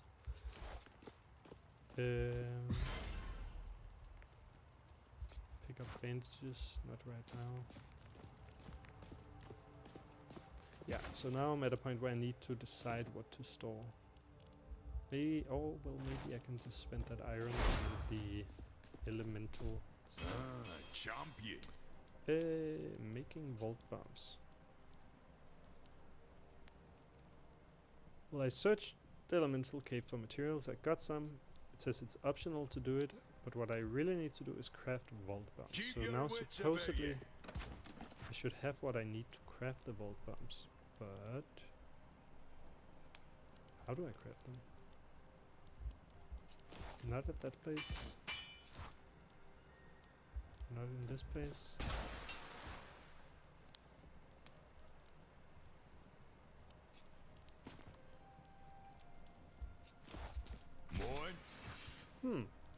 So where do I craft?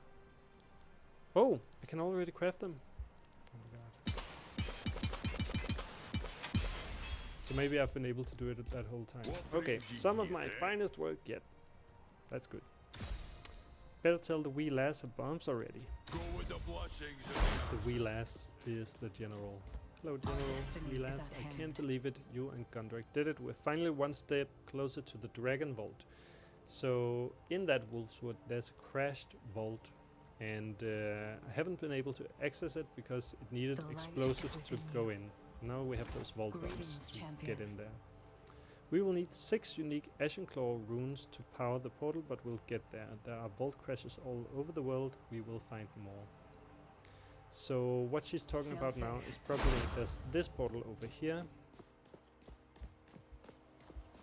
So this is something I was introduced to in the beginning, in the tutorial and during the quest in the beginning. So this is right in at the beginning of the game. You're introduced to this portal that will unlock the Dragon Vault map, which is probably, I'm guessing, the last map that you encounter. So first you're in the Wolfswood, then you go to the Artifact Refinery, then the Blood Swamp, which is coming at launch, not in the playtest. And then the Dragon Vault. And in order to access this portal, you need some different runes to unlock it. I'm guessing those can be found in those vaults. The vault that I'm going to break into. Greetings. As a vault breaker. At last we strike. The vault crash in Wolfswood holds one of the Ashenclaw runes we need. Gondrak's vault bombs are tuned to its magical defenses. Place them close, and with enough of them they'll trigger a magical overload that should shatter the vault's defenses. But be quick. Once the assault begins, the vault will activate lockdown defenses. If that happens, not even a dozen bombs will crack it again. Okay, get in, retrieve the Ashenclaw rune, get out before the defenses fully wake up. Okay. Cool. Let me just grab one more bandage, so I am fully stocked. Blood, bruises, or bones. And then I suppose I'll need to sell all this stuff. I really don't like selling stuff because I need it for when I die. When I die, I gotta be ready to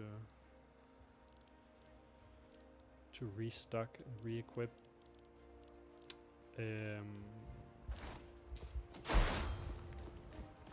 But yeah, gold is also important. So Step right up. sell. And store. And I think I am ready. Let's try and head in and break the vault.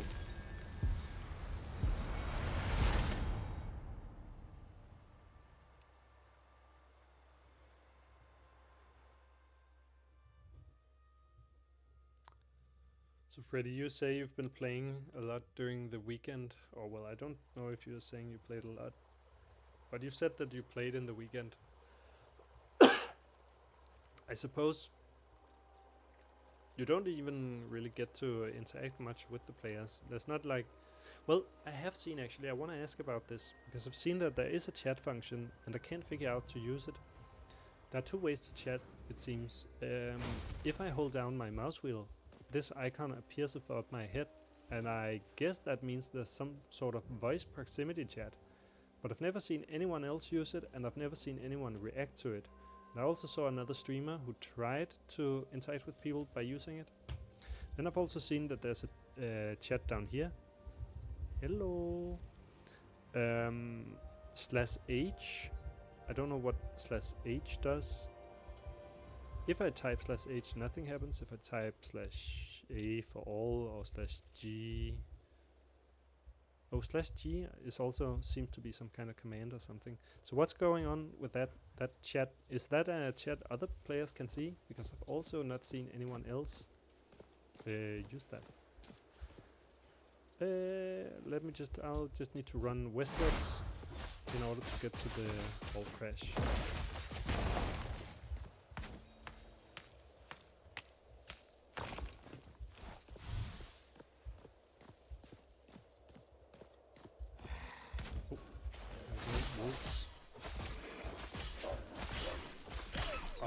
I keep thinking about other stuff I want to show. So there's also some challenges, like smaller achievement kind of stuff, like this one to avoid wolf attacks. So I won't be able to cover everything I want to cover for this game. I think it just keeps on giving. There's too much.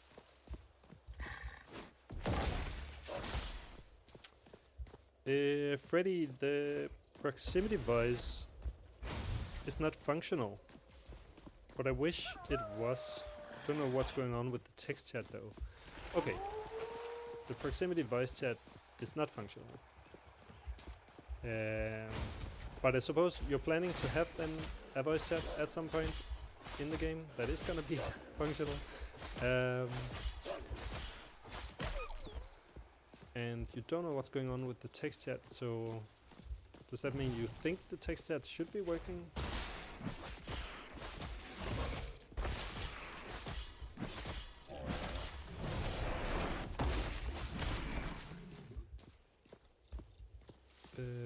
Where's the vault crash? It's just over here.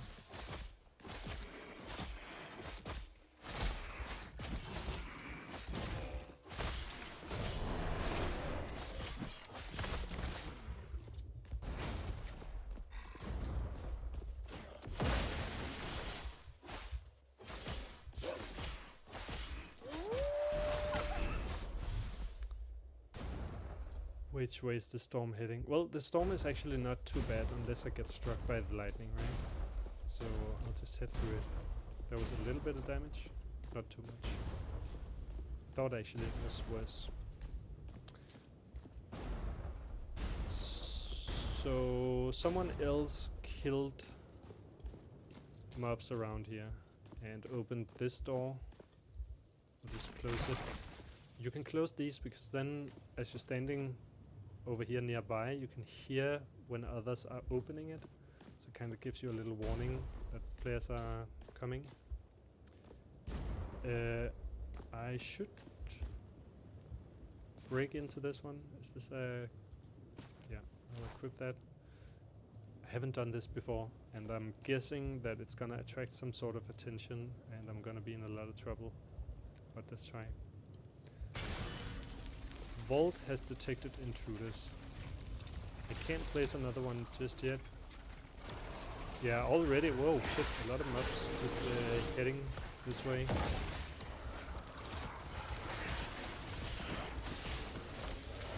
Wait, are they attacking my bomb?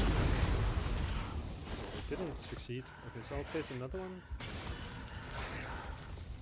Oh yeah, that's definitely attracting like attention.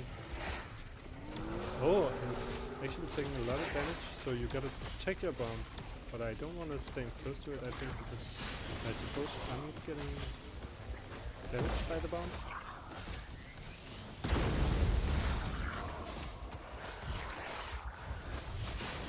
I wonder if these mobs are spawning in, or if they're just other mobs being attracted. I suppose they're gonna be spawned in. And it also said I need to be quick, right? So I need to place another bomb. Oh, no, no, no, no, no. That's going way too fast. No! Okay.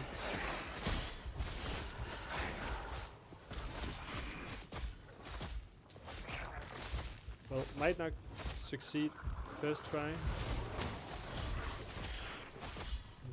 Well, okay, so they keep spawning. I thought that they might only come when I place the bombs and try and just get rid of them.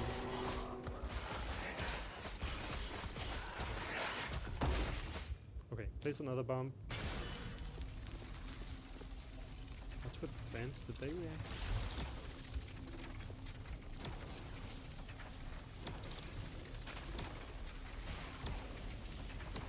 Freddy is saying, honestly, you didn't even know that the game had a chat. So that's the funny thing as a developer. Sometimes you don't even know everything about the game, and you're finding out from the players.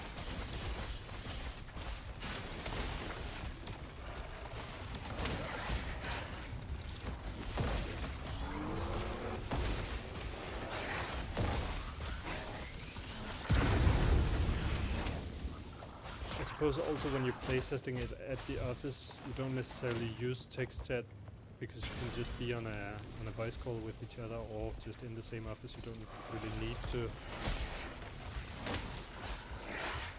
need to use a text chat. So that's then you end up not testing it or not even knowing that it exists. Oh my god, this is...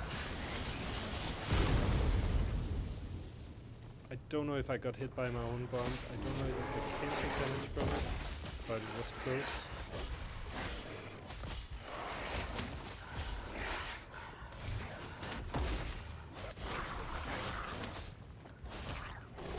So if there is a timer on this vault crash before it, like it said that it had some defenses, I think it would be really nice that that timer was somehow shown. Wait, what's that?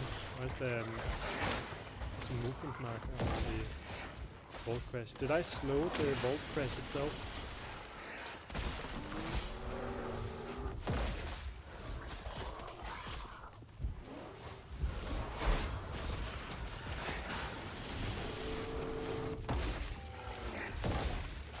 Ah, come on! This is endless. And now I'm about to die.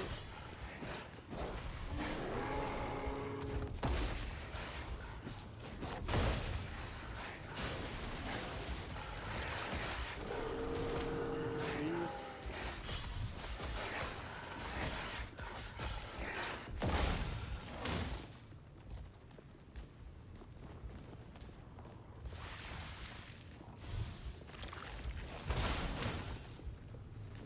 Okay.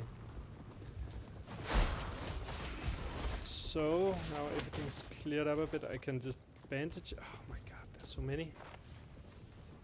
Maybe I just run. No, I can't just place a bomb because then they'll just destroy it. So.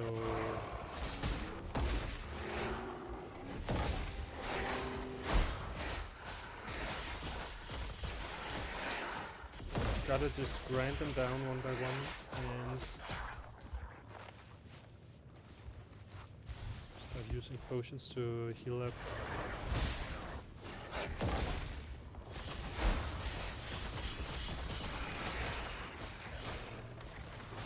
Yeah, come again.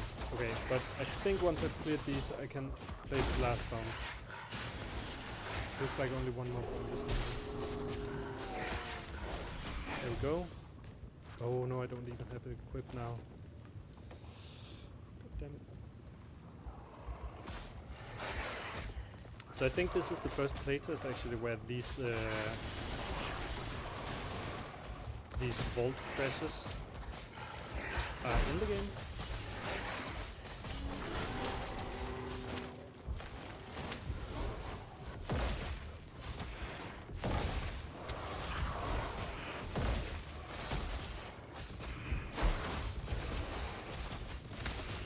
Alright, place a bomb, get out, heal, what? Oh, no. Don't destroy the bomb, please.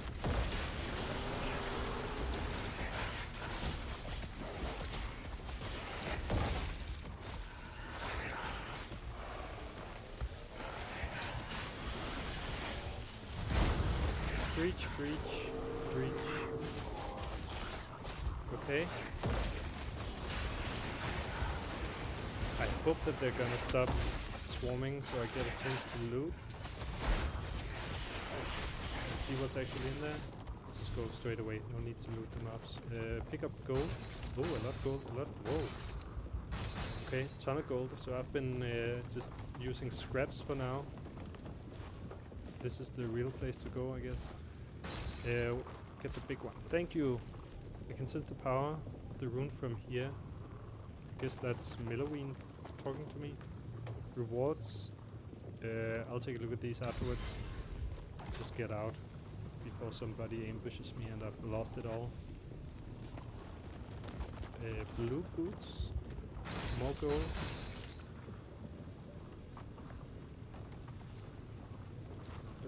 Something green, nice looking.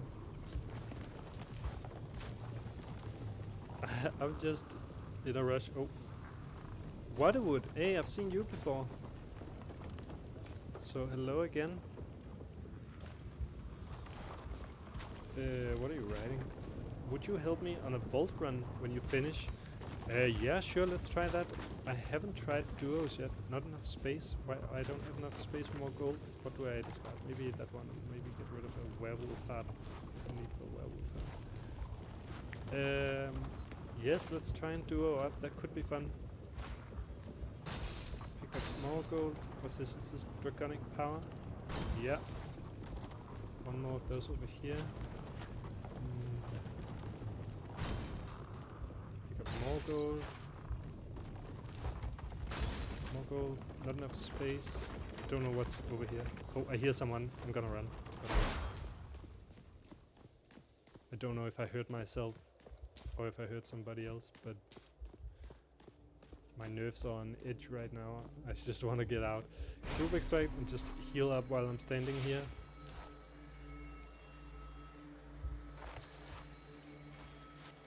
So you could say it's a bit of a waste to spend your healing while you're standing at an extraction portal, but the extraction portals are also highlighted. So when you're about to get out, you might as well just spend this. So like a potion cost me 100 gold to buy. I'm about to get out with more than 1,000 gold, so I prefer to just spend that to... Oh, is that the map? Is that tied to the play I'm watching? No, that's where I was. Okay.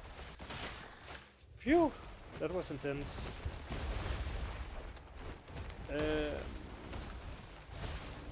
You loved the new vault breaking. Yeah, that was fun. It was intense, and if I had died, I would hate it, but now that I won, I loved it.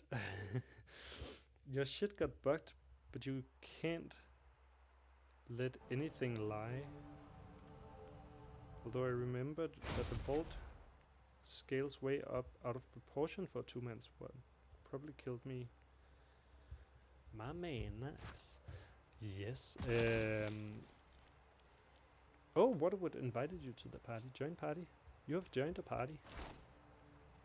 Oh, there you are. Are you in the haven?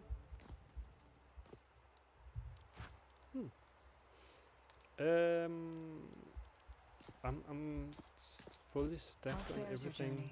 Can I get rid of something somehow? I can sense the power of the rune from here. Let me take a look. We are one step closer now. You can always return and break into a vault again. It still holds valuable loot, just not the key items like runes or artifacts. Okay, so you can still break into those and just get a ton of gold. Place the Ashen Claw rune in the gateway so we can take our first step. Farewell. And I just noticed something behind the quest. So now Waterwood is writing down here. So what is /H? Is that party? Yo, but I can definitely see it there. Can we get on voice comms? I messaged you on Discord. I mean, I can't let it go and let the devs fix it. You can't let what go? Just hit enter. Well, if I hit enter, I write like this. I'm just wondering, like, there's /H, and now we can definitely see each other, but if I write /G, nothing happens. And if I write /H, then I write like a message like that. So I don't know, maybe there's some guild chat. Is that a leak? Maybe they're planning a guild? /T. Alright, let's deliver that rune to the portal, just to free up a space in my bag so I can buy a gold pouch and get all the gold in there. What does /H stand for? Yeah, I don't know. It's confusing me. I suppose this is the first one. They already knew that we were gonna find this one first. Goodbye.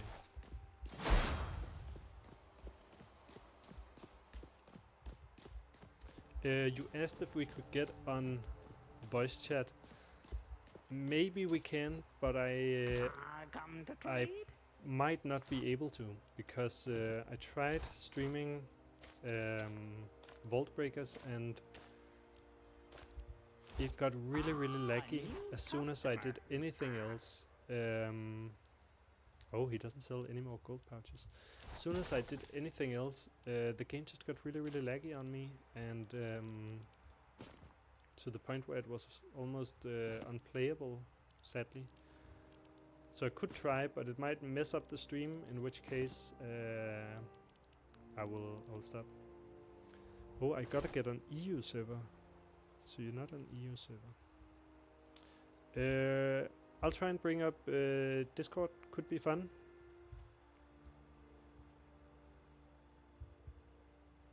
And then I'll just I'll close Discord if the game becomes too laggy. I have so much stuff I want to store now, so what do I get rid of? I get rid of some grey items, I suppose. Get rid of those. What else is in here? So that's also the thing, there's nothing in here I want to get rid of. Maybe the ironwood, I have a whole stack of that still. Draconic power, I think I can spend my draconic power over at this thing. Oh, I can also spend a moonstone here, unlock the amulet slot. That's this one. Okay, so that's also the kind of progression you get now. I unlocked. What can I put in here? I don't know what I can put in here. I might not ever have found an amulet. Maybe you primarily find those on the next map. What do I do with all this stuff? Awaken at the ley line. I'm sorry, Waterwood. I'm gonna be with you in just a second. I'm just gonna use all this stuff. Oh, this is the quest item. Oh, and that will unlock the artifact refinery. So now I get to show off the next map. I think that should allow me to, yeah, teleport. We'll only encounter souls. Oh, I lost Waterwood from the party.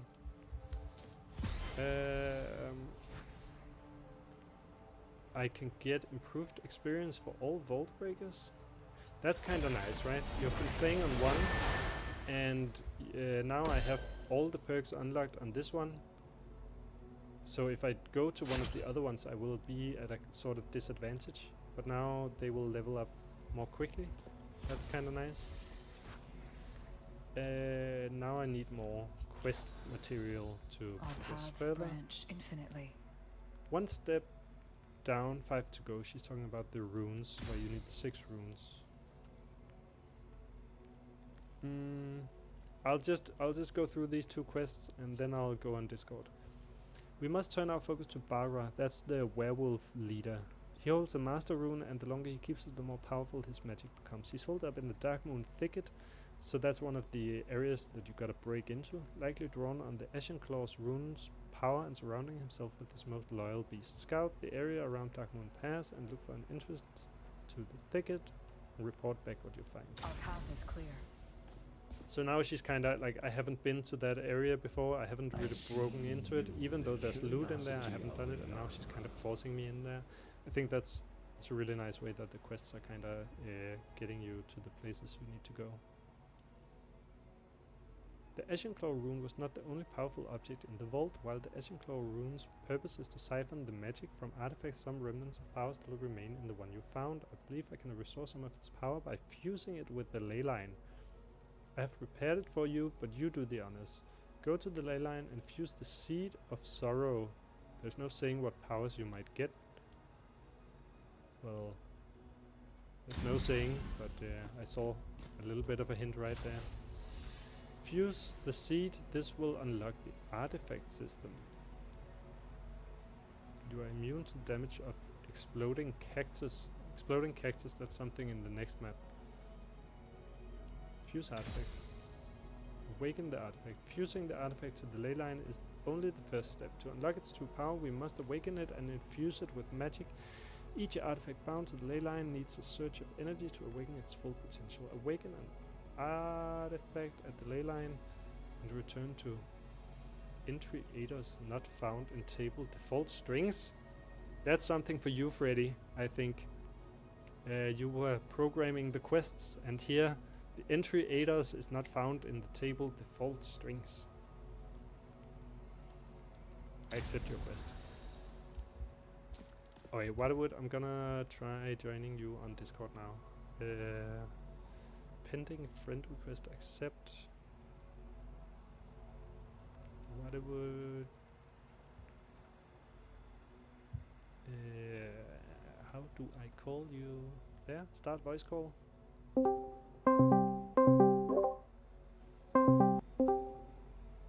Dookadoon, dookadoon.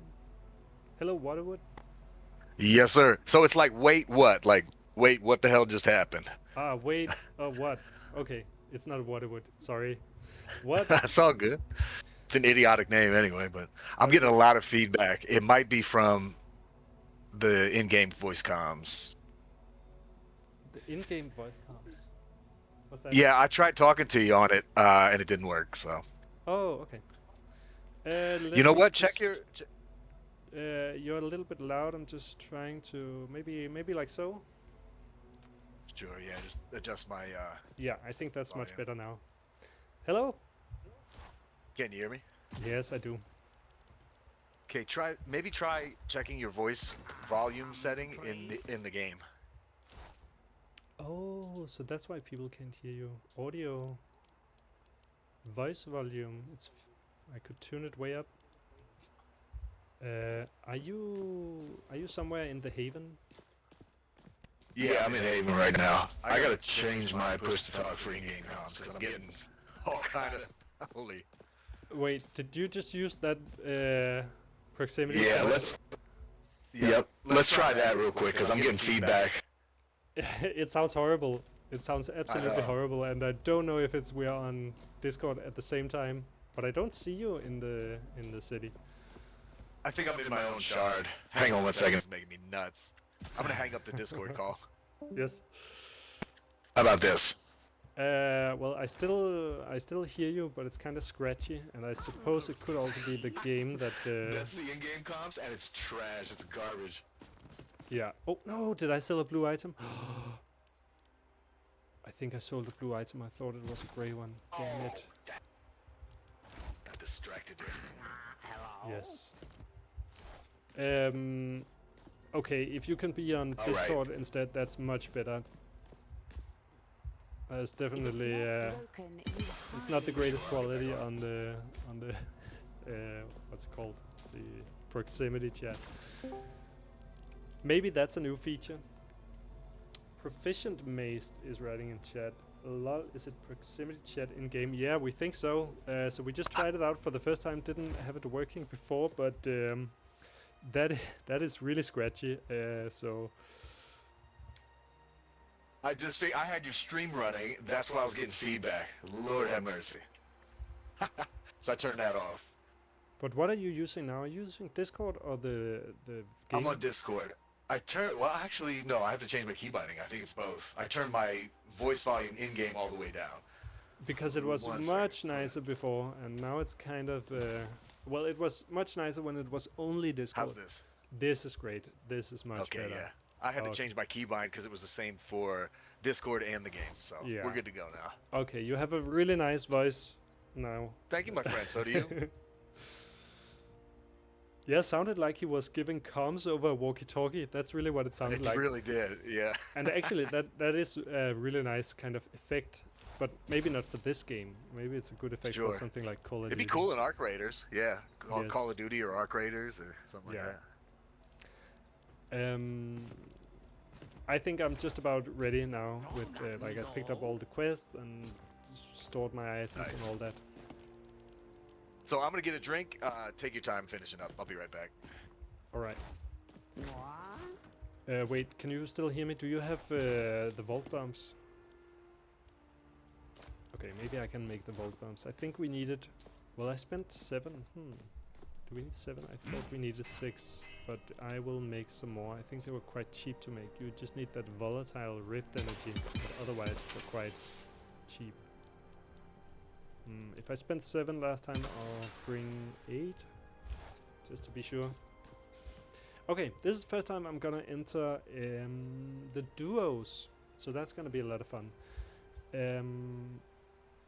Oh, new artifacts. Oh yeah, that's what I just unlocked. Artifacts are powerful items that give you permanent bonuses in all your missions, regardless of your equipped items. So, I mean, I've been playing this this game as much as I could during the weekend, and there's still a bunch of stuff. And I've only been in the first map so far. So when the game releases and there are gonna be 4 areas, there's gonna be a lot of stuff to do in this game. I think it's gonna be absolutely great. I already think it's great. Okay, so I'm not immune to the exploding cacti yet. I need still to bring some more draconic power to activate that ability. That's also really nice that this guy is joining now, because then he gets to show off this character. Well, I suppose he's gonna play that character. It's a ranged character. I think it's a little bit more of a glass cannon kind of character. Let's just go through what it can do. Sparkling creates a delayed explosion, so it looks like this. So for just about a second or so, you get to see an area that's gonna be hit for quite a lot of damage. And it's also gonna give energy, and it's gonna mark whoever's hit with sap. And if you hold the button, you can kind of place it like this. So the range of it is all the way out there. Another ability, you can throw a projectile that explodes in a cone upon hitting an enemy, also dealing quite a lot of damage and stunning if they are sapped. So if you get this one down first and then hit with this one, then you stun whoever is hit. You can also dash forward and being immune for that amount of time while you're dashing. Okay, so it's a short little blink and you're immune while you're blinking. But it will also help slow people, so you can use that mainly to get away, I would think. I don't think this character is very much interested in getting so close to other players for slowing them. when they're chasing them. That's probably mostly for getting away. Cooldown is reduced by 4 seconds for each enemy hit with sap. So again, if they are sap and you blink into them, then the cooldown is quite greatly reduced actually.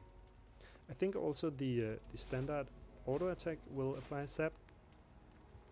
Each ability or basic attack that hits a target applies sap for 6 seconds. Okay, every ability, so also Oh, right, homeboy. this one. Oh, sorry.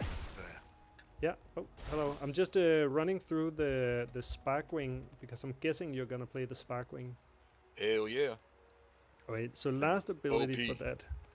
Yeah, it seems to be OP actually a little bit. I think Yep. the characters seem to be quite well balanced this time around. When last I played in April, one of the characters was definitely just flat out the strongest. But this time, I Which think one was it? It was the druid. Yeah, yeah. That was the And- first one I played. It's pretty awesome. Yeah. So the druid also it can do some kind of trapping because it can create a wall. This wall is just like a huge area that is then for the druid you can walk through it, but for the other characters I think maybe you can walk through it at a reduced rate. Yeah, you root it for 1 second. So And she's got another AoE route. Like, she really has a lot of CC options, control, and that kind yeah, of it's thing. this one, the root cage, which Yep. for a short amount of time just announces where it's gonna be, and then it sprouts. And if you're in there at that time, then you get stunned for how long? For 1.5 seconds. Mm. Yeah. Proficient Maced. Are you a player, a Vaultbreaker? And Freddy is saying Bjornia is your goat. So Bjornia, that's this tanky kind of guy. I haven't played him a lot, but he's like able to, every time he attacks, he applies a chill stack. And once you're at 4 stacks, he can activate another ability that will stun people. He also has a charge, which is really important for him to be able to catch other players. Oh, now I used it. But if you charge in, you apply a bit of chill, so you can stun people and slow them, and you can close the distance with your charge. And most importantly, there's this one. During all that time, he's immune, and if you're hit by that explosion at the end, he deals a bunch of damage. Alright, what a wood. How did you say it? What? It's wood? like, wait, what? Like, Wait. wait, what happened? Yeah, yeah. But there's Just no. spelled like a moron, you know? Okay, yeah, because there's no I in it, so I don't read it as a Yeah, wait. exactly. But, wait, what? Like, Right. read it phonetically, you know? Wait, would. Wait, wait, wood. I've had that forever. I'm old, and I've had it since, like, EverQuest. Okay, You yeah. know, vanilla. Yes, so you can't. There's no chance to get rid of it now. Exactly, I'm stuck with it. Um, So, take your time, but I'm ready to roll. I have 15 bombs because I think it takes like probably 30. I don't know, 20 at least when on a duo. I tried to do really? it with this guy. Yeah, that like the scaling is nutty on the vault door. So Good evening. okay, I think it took 6 or 7 as a solo, but Right. I will also bring. Well, if you say 30, then let's bring 15 each, and then. that might be a little bit of an exaggeration, but we need a lot for Okay. sure. Yes, we should be covered then.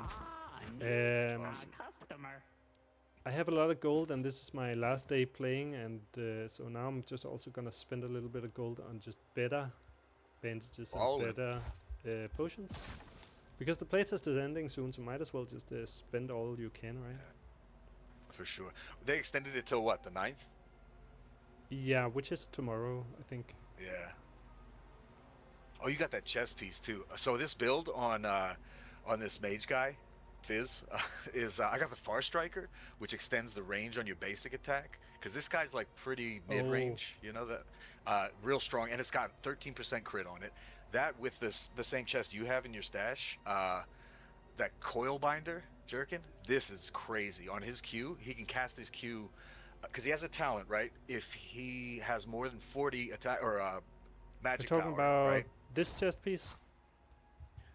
Let me see. Coil Yeah, bi- that yeah. one. Right. Yes. So his talent, one of his talents is like, hang on. Where is it? Okay, if 40 ability power, power vortex explodes again after 2 seconds. So with that chess piece and this talent, he casts his Q 4 times in a row. You see what I'm saying? So Oh my god. you cast it, yeah, you cast it twice. After a couple seconds, it goes off again for 2 times, and then you just have another 5 seconds on your cooldown. It's crazy. Yeah, so I think the game actually has a lot of what's it called? Synergies. Right. I haven't found a lot of them yet, and it seems like the more of those high tier items you find that Yeah. suddenly boost other kind of stuff, then there's actually a lot of synergies going on. For sure. Right. I'm also ready. Let's teleport in. Are you ready? Let's go. I'm ready. My body And, is ready. Head for the vault. Yes, sir. I click. Yes, Captain. Oh, we both have to click ready or what? Right. Oh yeah. Okay. Have you played League of Legends at all?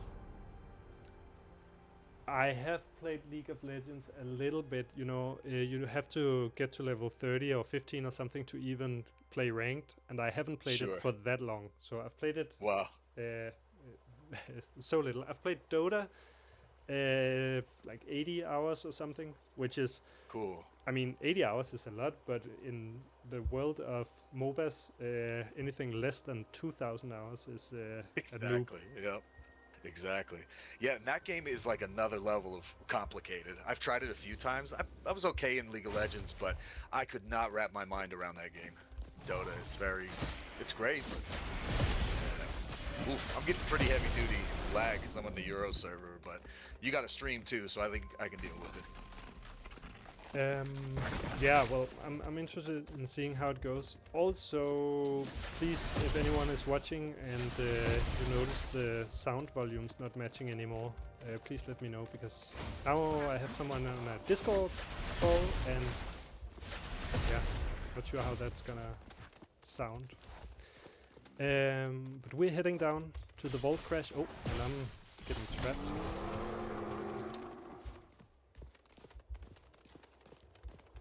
So, are you playing from America? Yep. I live in North Dakota, unfortunately. I'm not from here, but I came out here for oil field work. How about yourself? You sound maybe Danish? I don't know. I am Danish, yes. So, Are you? Cool. Yeah, spot on. Good guess. Yeah. Do you know Danish accents or Danish at all, or is it because you know that the game is No, I Danish? don't. Probably that was the association, you know. Yeah, I don't know. There's a difference, I guess, between that, like Danish accent and other. It's not Baltic. What would you call that area? It's Scandinavia. Yeah, exactly. Yeah. So a lot of people also guess Netherlands or Germany. Right. But,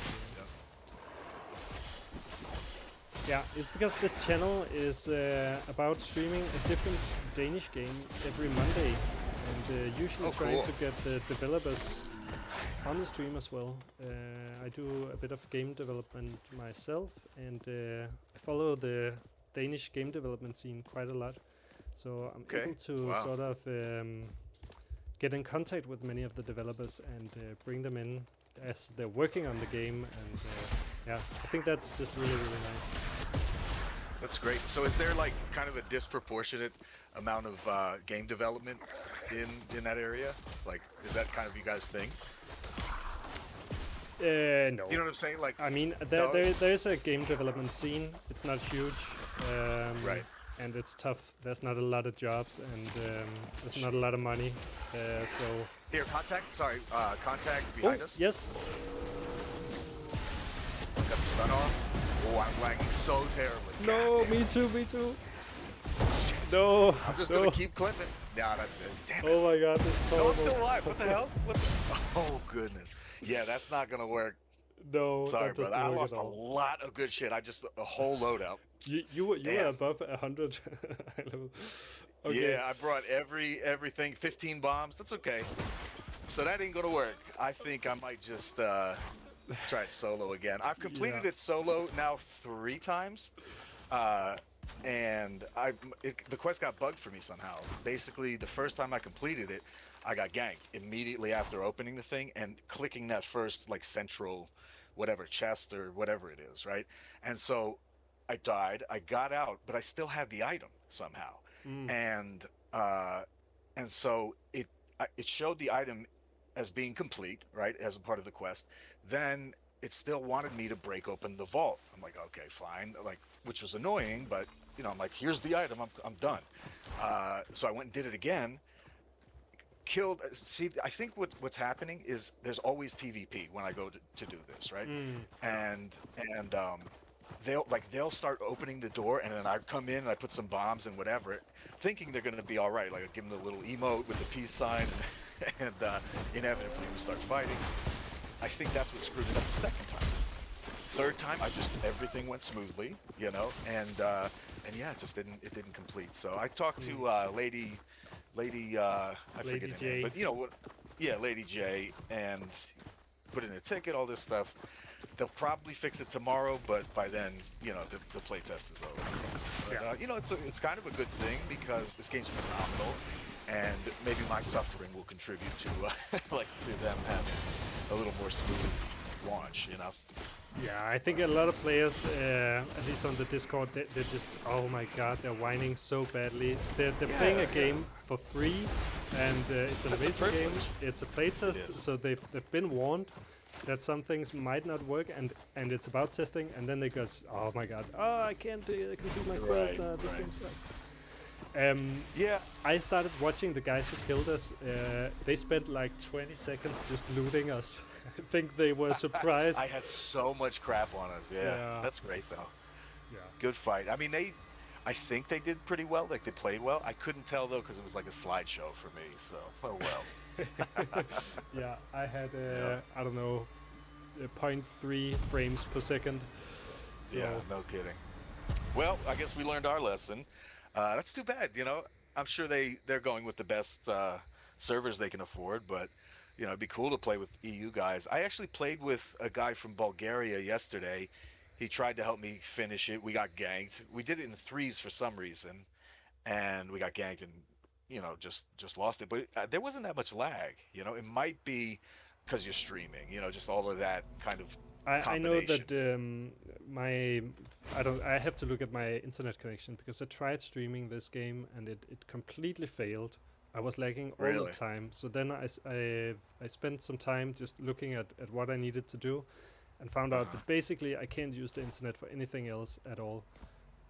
But then, which you said, I mean, yeah. But then, like, we were on this Discord call and we were just running around in here, and that seemed fine. But right, it also seemed fine as we were fighting mobs. But as soon as there were players and too much stuff going on, it just kind of broke down. So yep, definitely did. So let's not do that again. Yeah, sure. Well, thank you very much for the attempt. Pleasure talking with you, and hit me up sometime. Maybe we'll group when you're not streaming. I think that'll go smoothly enough. Yeah, I mean, could be a lot of fun, and maybe I'll just invest in getting a better internet connection. I think that's where the problem is. Can you enter trios as a duo? You can, yeah. And I actually farmed pretty decent amount of money going into trios solo. And of course, you're going to get wrecked. But a couple times I escaped. It was pretty fun to kind of sneak around and listen for everybody, and because the loot is better in there. I noticed at least the amount of gold I think was more, and just the drops in general. You would get more stuff out of chest and higher quality stuff. So it was a good time. Okay. Yeah. I haven't tried that at all. I thought actually you could only go solo as a solo, but how about then? Yeah. Well, it says on there too. Like you go to the map, and it'll be like. You click trios. It says you can enter solos, duos, and trios, or you can encounter.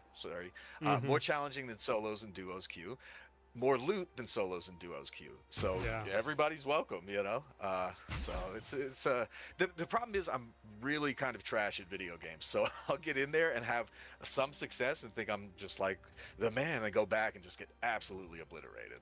So I mean, I'll definitely try that. That sounds like it could be a lot It's of fun. really fun, and yeah, but you got to have thick skin. You know, you're gonna lose, you're gonna Oh, die. yeah.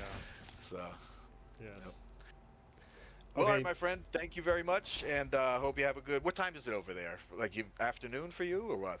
No, it's just about noon. It's getting close to lunchtime now. So Okay. Well, very good. It's 3:26 a.m. here. yeah, you must Been be on doing night shift, nighttime. Exactly. Yep. Yep. Well, early morning. You know. So. Hmm. Nice to Alright. meet you, my friend. Have a great afternoon. Take care. Yeah, you too. See you around. Goodbye. Okay, well, that was a lot of fun, and I mean, I'm looking so much forward to playing this game in multiplayer, but yeah, not while I'm streaming and not with the internet connection I have right now, or maybe it's could also be that for the playtest they don't have the best servers. At least something is going up, and well, I'm kind of limited in what I can do. Proficient Beast, you're saying you admire my support for the Danish game development community. Are you in the Danish game development community as well?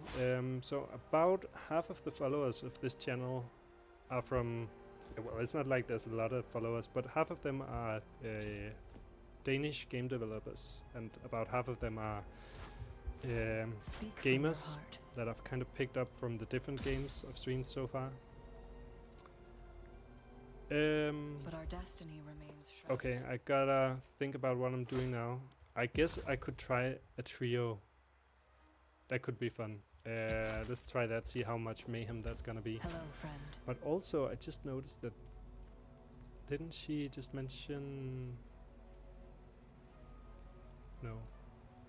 I thought I saw the character The that could darkness will unlock pass. more inventory space, which would be nice. You are not actually proficient. Be maced.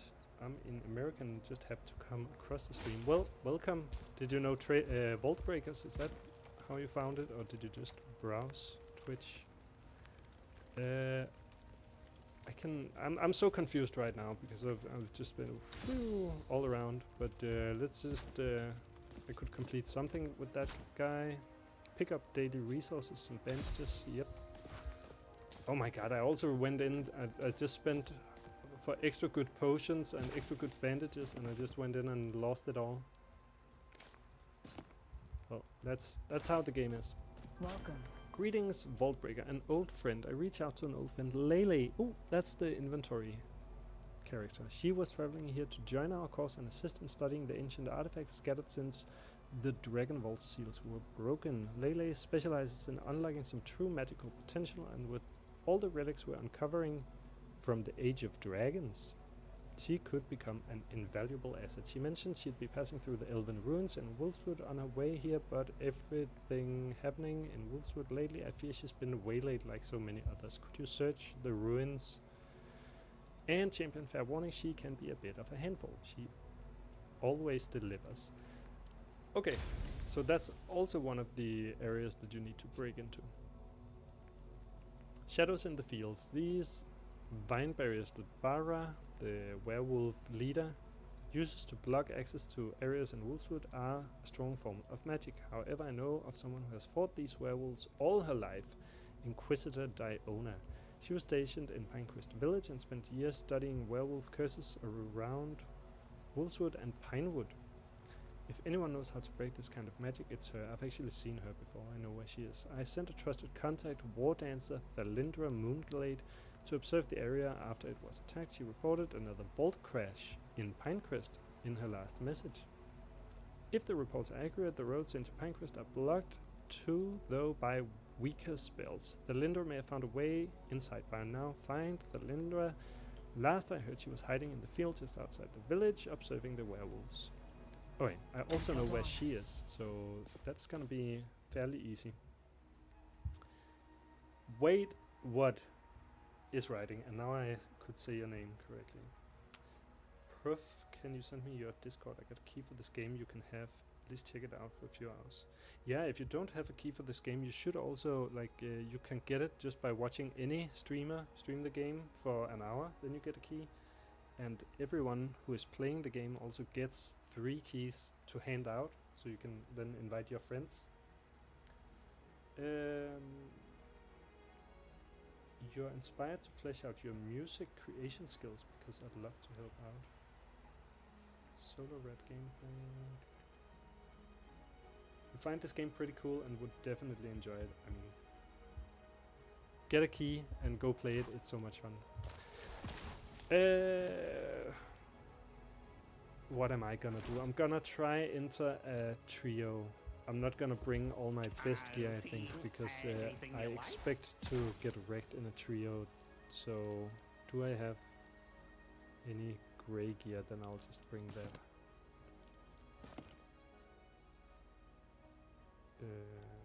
Quite a few boots. Let me bring some of those. Wait, this is blue. I think it's a little bit difficult to see the difference between blue and grey items. Invisibility or that one, but in the other direction. Okay, so like this. Let's try and enter a trio. So probably gonna get wrecked this time. I keep forgetting to play the other characters actually. So sorry about that.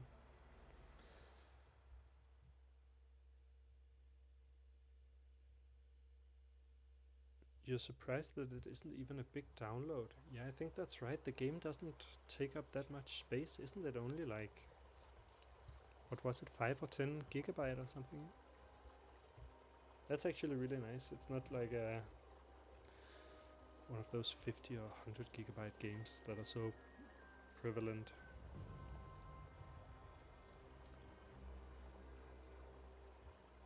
Okay, so at this point I'm playing solo. I'm going in with not a lot of gear, so I'm at 87 item level.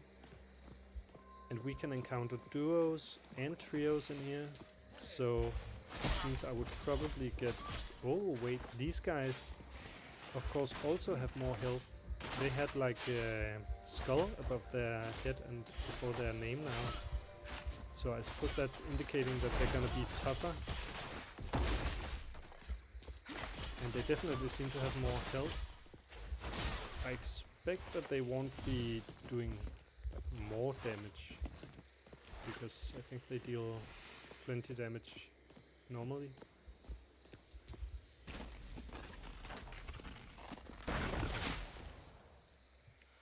Proficient Maze is writing the game is about 5 gigabyte. It's pretty efficiently designed or optimized, yeah. But still really nice looking. I'm not playing it on the highest quality settings, sadly. So there was also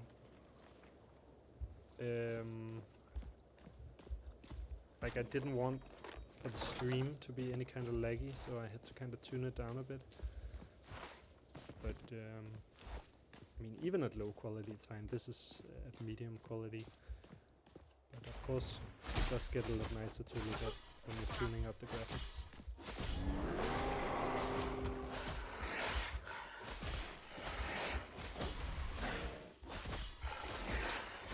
So maybe if you're playing solo and all the mobs have more health, then it's gonna be a little bit rough to just kind of grind your way through that.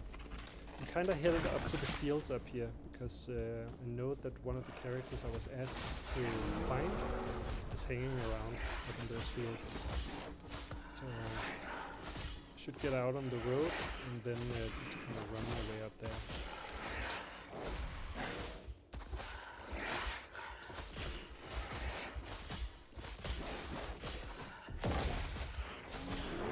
So I just got hit, and I think they might be dealing just a little bit more damage. It's not like double damage or anything, but it might just be a little bit of extra damage.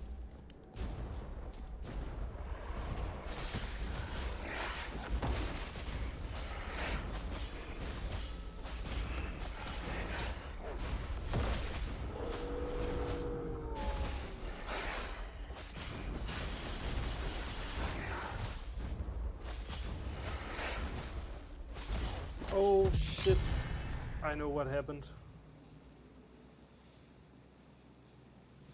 I was in the storm, and when you're in the storm, you have that vulnerability debuff, which means you take extra damage. So it only took like 2 hits to bring me down.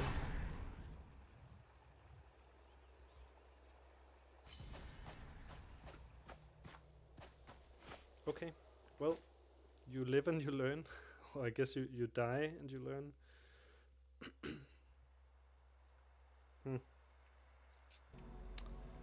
That wasn't pretty. Let me just teleport. Oh, wait. Oh, yeah. Got out of just 2 items. Wait, let's teleport in and without any gear at all this time. Because I just want to kind of test the waters of this trio a bit before I go in and lose all my good gear. Freddy says it's a canon event of fighting in the storm and dying quickly. I'm sure everyone goes through that. Yeah. This was my first time. I mean, there was a storm in the last playtest I played half a year ago. There wasn't any quest NPC inside the storm, so it was just a storm.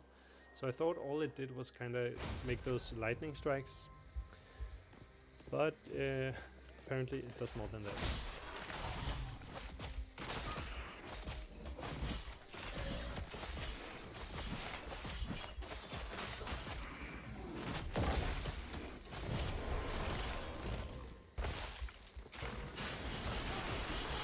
And I mean, I think some players will probably not have a great interest in this game from it being too difficult. It's a game that's gonna challenge you, and when you lose that challenge, let's say,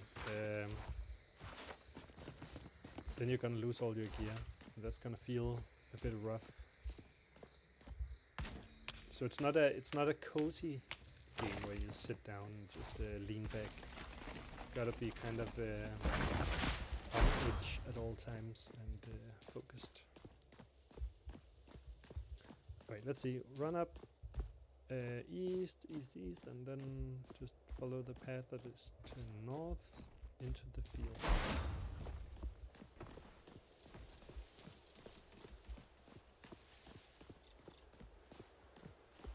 Could also be that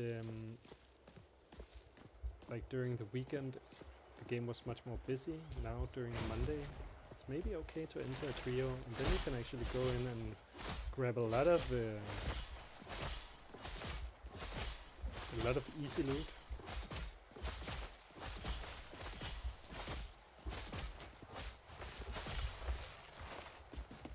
Elemental rock.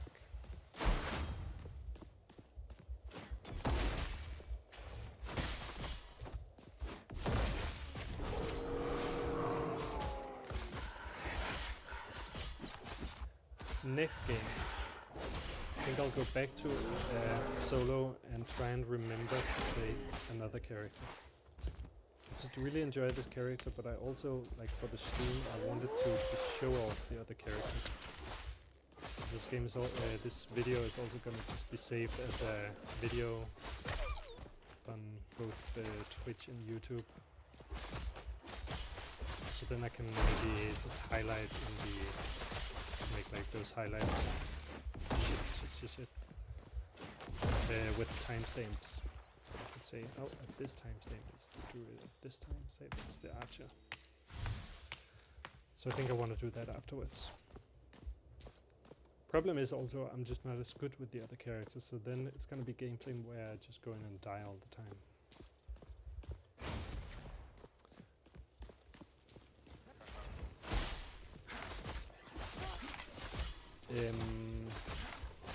Freddy, you probably cannot answer what the last character is gonna be,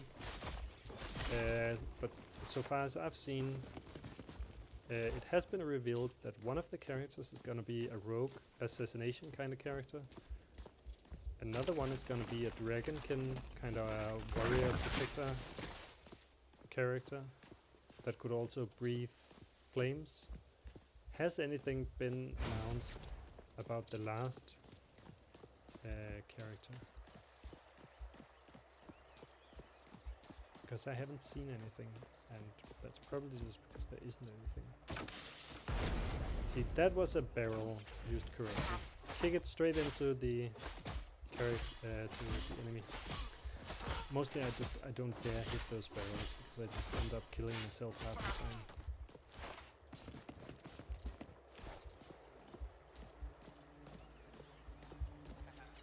Ah, damn it.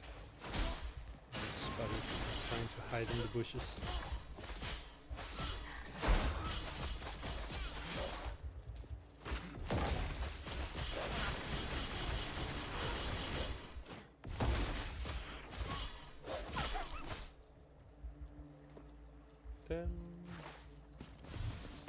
At this point, I'm actually also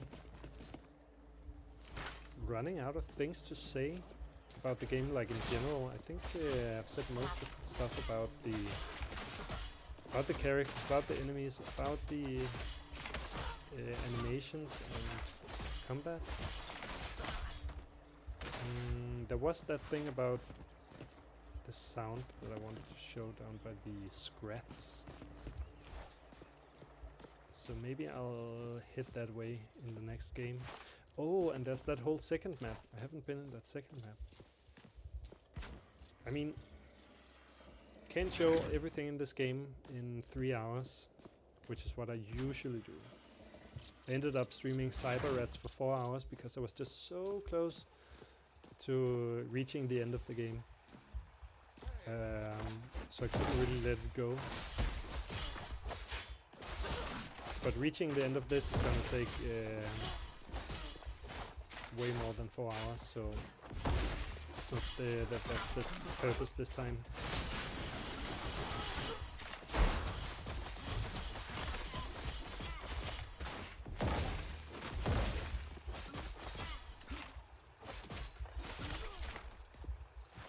And actually I could also say next week I'm trying to get in contact with the developers behind Tempest Rising, which is a really cool real-time strategy for anyone who played Red Alert or Generals, but especially Red Alert. It's a new game in the same style of Red Alert. Red Alert was the first computer game I owned. Or I didn't own it. I think it was probably my older brother who was the owner of the game. Our neighbor got the game before we had a computer. And so my brother was begging my father, please, can we get a computer? Can we get that game? So Red Alert was the first game we got, and now someone made a new real-time strategy game that's just, at least it looks like it's a new Red Alert. It's just the way it has those kind of blue versus red, kind of communist versus Western American kind of world.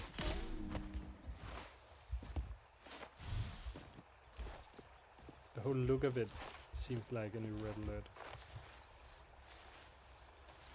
Definitely gonna be there for that stream then. Well, now I hope I've not said too much, because I haven't spoken to. I've tried reaching out to the developers of that game to ask if anybody wants to be on the stream. I haven't had a reply yet, but I'll try and get a hold of them. So we'll see. Maybe I'll do that one. But I know a ton of games I wanna kind of cover. Also because I know at least 20 games that are in development. Usually from smaller teams. The one Tempest Rising is by a bigger team. I think there are maybe 30 or 40 or so developers. You're saying the rogue character is the only one that is confirmed? Oh no, so the dragon isn't even confirmed? I thought so.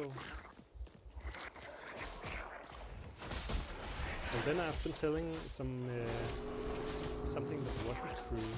It wasn't a lie because I believed it, but okay, so the dragon is not a confirmed character. I've been browsing around on the Discord, so if you go to the game's Discord and you go into the channel called Content Updates, there's a bunch of things that's not in the game yet. But then just kind of small teasers about what you're gonna see. Maybe I just don't know about the dragon thing. I don't know. Yeah, it's also when you're developing a game, it's kind of hard to keep track of what's public knowledge and what isn't, and what's decided and what's like final. Most things are never final. You end up changing them because then it turns out when you have all the 8 characters, one of them just doesn't really fit the rest of them. And then it gets removed by the end or.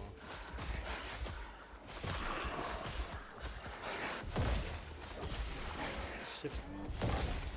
I think they do slightly more damage in these trio matches. Or maybe I'm just distracted, but damn, I might be dying.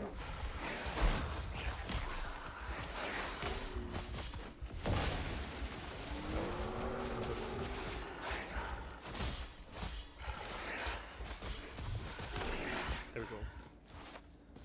Gather the wolf hearts. Sometimes these werewolves have 2 hearts. Mutants.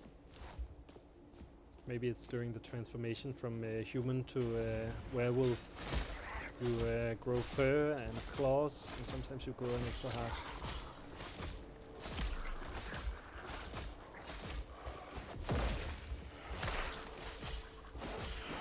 Okay, I think I get what he said, that you can go into the trios and just to kind of get sometimes maybe cheap gear, extra gear. I think a lot of it is also quite grindy, because the mobs in general just take longer to defeat. So I don't think it's worth it. I can't even enter this area actually. Oh, but I didn't need to. I was looking for the scout over here. Who's hiding? There's someone hiding over here. There. The war dancer. The game is also so big it's almost impossible to know everything. Yeah, definitely. And also things are being changed around at the same time.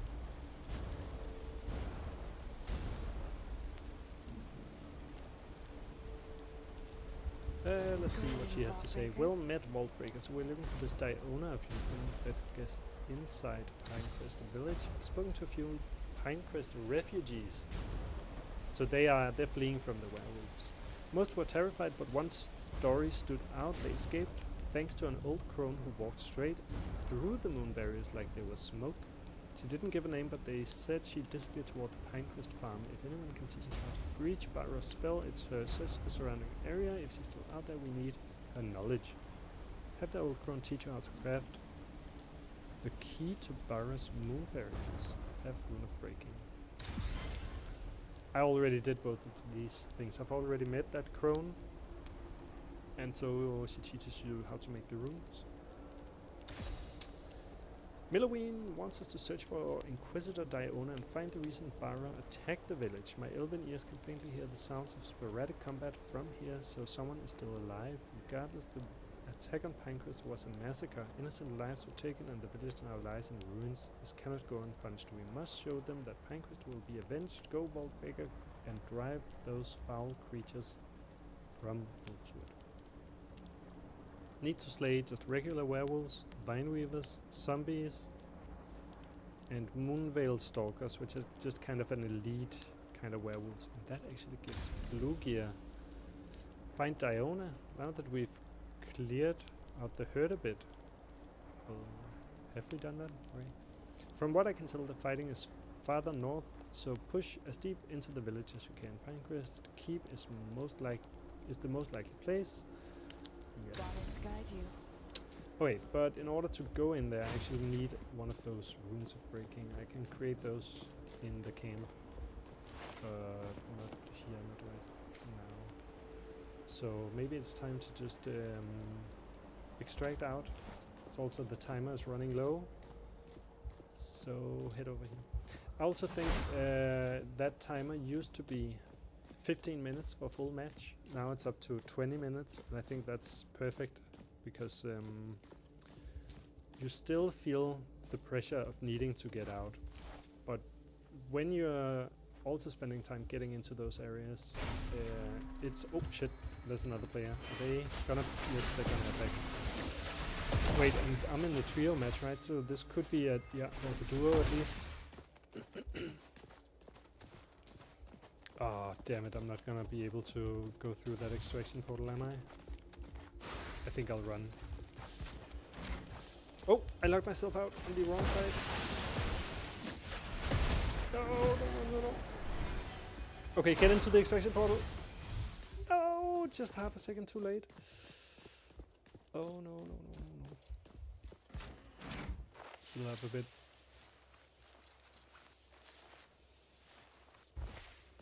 Keep running.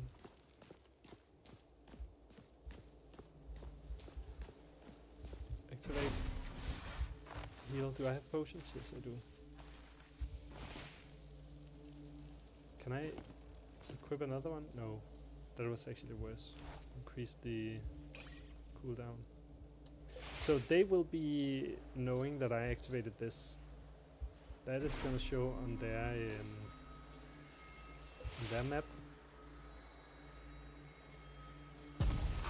But it seems like I'm getting out. Whew. That was close.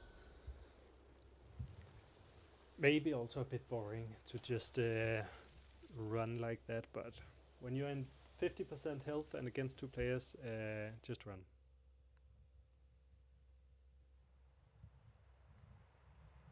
And now I gotta remember to play another character before I get distracted by all the quests and all that.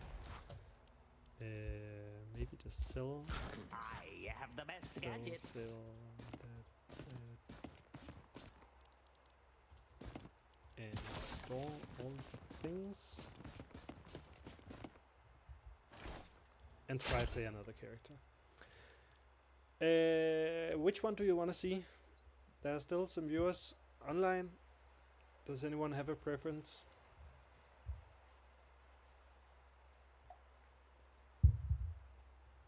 Otherwise I might try the archer actually. Bjornir. Bjornir is the vote. Oh wait. I have tried Bjornir a little bit and I don't know. Yeah, I did unlock a few perks, so I can take 2 perks. Absorb damage while in ice block and recover wounds for 25% of the damage absorbed upon exiting. I think that's definitely a good idea because you don't have a lot of healing opportunities, so if you can find some, you should take them. Gain 20 energy when attacked every 1 second. I'll take that as well. Don't even need to look at the other ones yet because I'm not super knowledgeable about this character. New perks. Well, yeah. Okay, and he has a bit of crap in his bags. Get rid of that. Gray items. Get rid of those. Store. Wait, no need to store that one. Oh, this is junk. Don't need to store that. Okay. Ooh, weapon. Bandages. Okay, I think that's about it. So, Hello? for the weapon, I have a few weapons to choose from. One that just gives extra health, which I might take just... Actually, I mostly like playing with those because they just allow the fight to be a bit longer. And I think most fights go down too quickly. So if I can extend the fight a little bit, then I get to think for a little bit longer. Maybe that's because I'm kind of a slowpoke or anything, I don't know. But otherwise you can also have one that just increases your attack damage. Or this one. For every meter moved, your basic attack deals plus 10 attack damage to a max of 100. That sounds like so much. I think this could be really good. So let's try it. I guess that's also really good for the ranged attack characters. It doesn't say anything about being melee. So if you're running around all the time as a ranged character, that's also really good. Let me change it back to solo. Oh, there's also the artifact refinery. I mean, there's so much in the game. Many paths to choose. I'm gonna run down southeast because I wanna give a shout out to the sound designer of the game. If anyone has watched Ice Age, there's that squirrel in Ice Age that keeps looking for a damn acorn, and I think everyone fell in love with that character just because of the sound of that damn squirrel running around. It doesn't say anything, it only has those squeaky sounds. And I'm gonna run to a kobold kind of NPC down here by the Scrat invasion, so they're called Scrats in this game. And isn't actually the squirrel in Ice Age, isn't it called Scrat? Looking at this is a teleporter. I'm trying to figure out where it goes.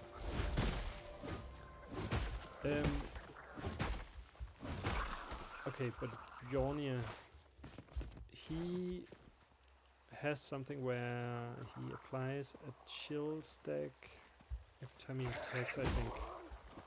No? One chill stack?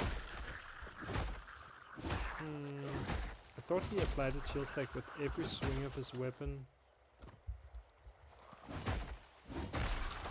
It doesn't look like it.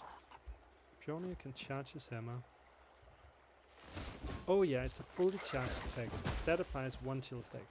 And if you get to have 4 of those, then you get to stun the enemy with another attack that becomes available. It is called Scrat, lol. Yeah. So I'm gonna try and get down to those, because I think what most of this this game really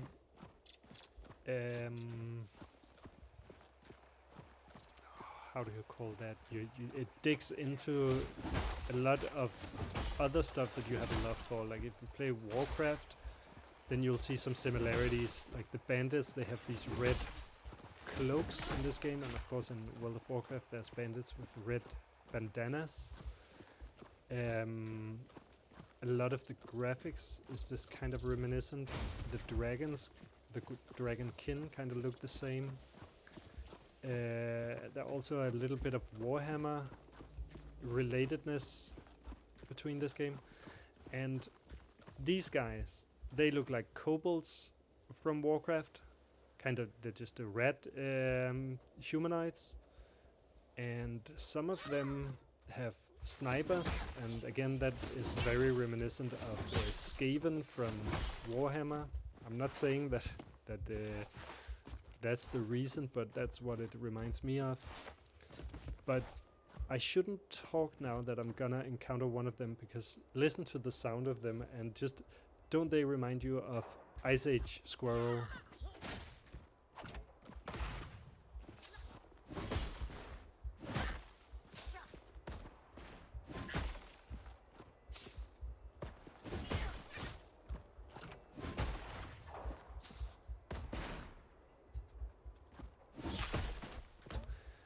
I hope you can hear it. Every time I fight these. Every time I fight these, I think about Ice Age.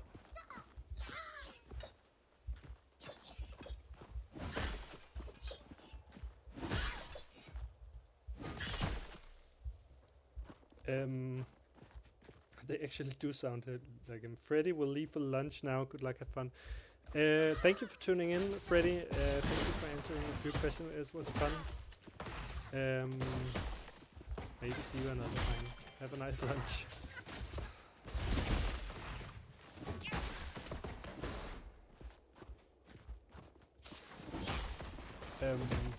Yeah, so I don't know. It's just it reminds me of Ice Age every time.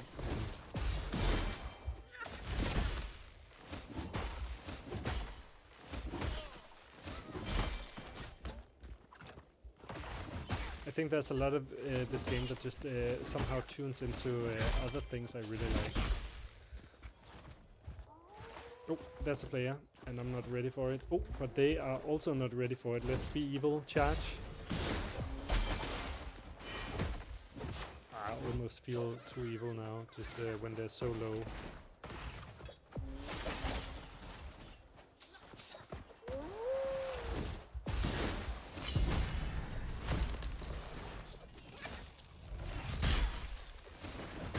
Of course I should be careful that I don't end up dying myself at the same time. Alright, let's see if it was a player or if it was an NPC, because if it was an NPC they would have had a talisman. So now I feel kind of bad actually, because they were just running around having a good time playing the game. And I exploited their bad situation. But that's why you gotta keep your health up at all times in the game. You can't really afford to drop down. So even now I'm kind of low, so then I could consider just using a bandage. I took some perks that allowed me to restore, right? That's the ice block. So when I'm in ice block, then I can restore health.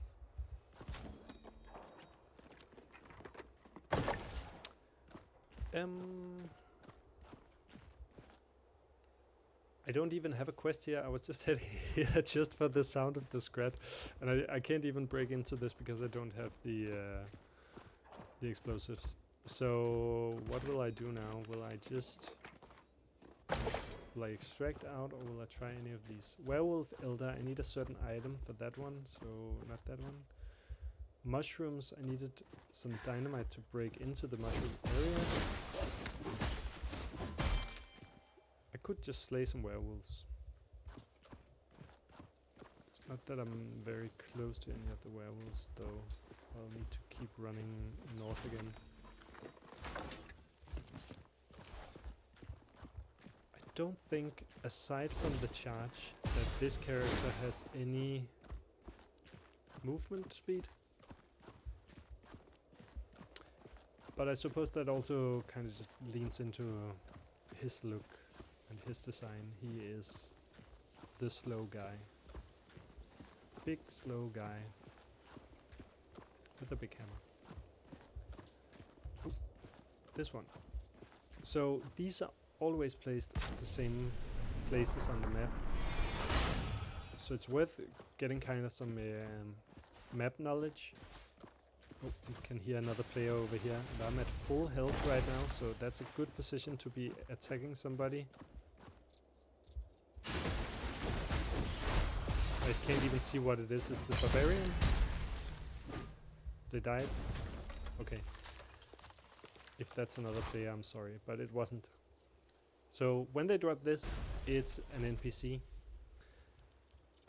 So you never really know what you're fighting. It's not that this gear is really any good. I don't think I will loot any of that.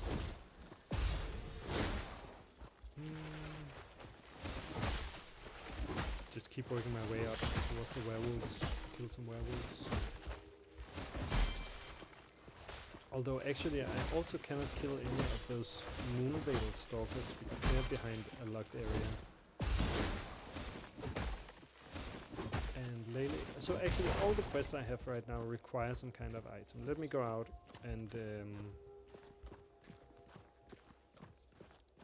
grab the correct items, head back in. Don't want to do that.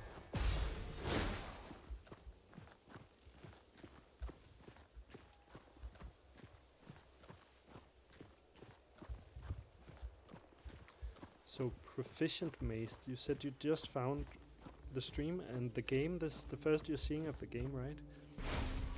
I'm guessing you're at work or something. Why? Because if you aren't at work, then don't be watching the stream. Go play the game. Correct. You are at work. Okay. So then, when you get off work, do you get to play the game, or do you have to make dinner and wash your clothes and all that? Otherwise, go into the game. It's fun. Wait, extracted successfully. The game is actually way more chill today than it has been during all weekend. It just seems to be way less crowded. You're not at work. You are on game right now. Oh yes, so you're one of those who play the game while watching a stream at the same time. Funny thing is, I can't do that at all. I don't. Of course, like I'm new to streaming, and of course that's a lot. What's like those people who watch streams, they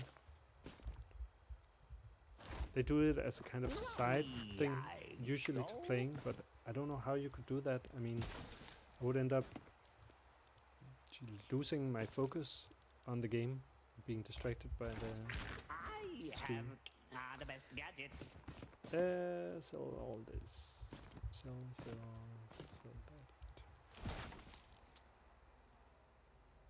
Wait, I think I'm able to get the next row of storage. So if you go to this guy, you can hand in. Oh well, not enough.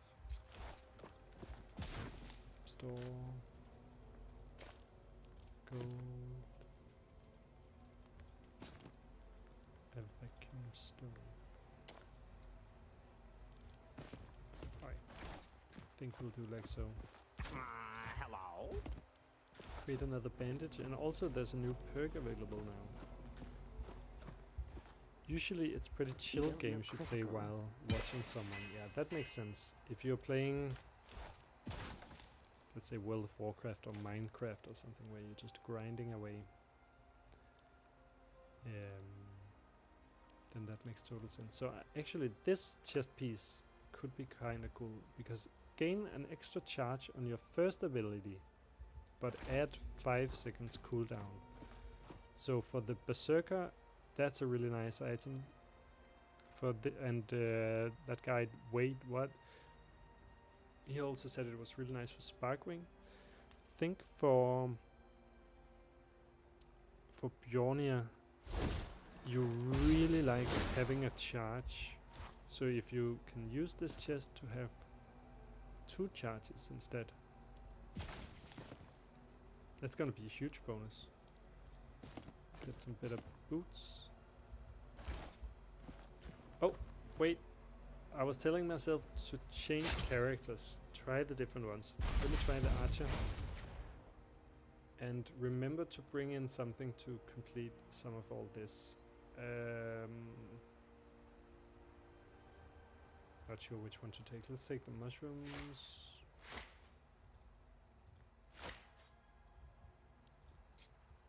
I just want to minimize it. There we go. Okay. I think it's always worth, when you're playing this game, to just pick one thing before you enter the match, and then focus on that, extract out. I mean, if you're a better player, you can maybe do several things, several objectives at once.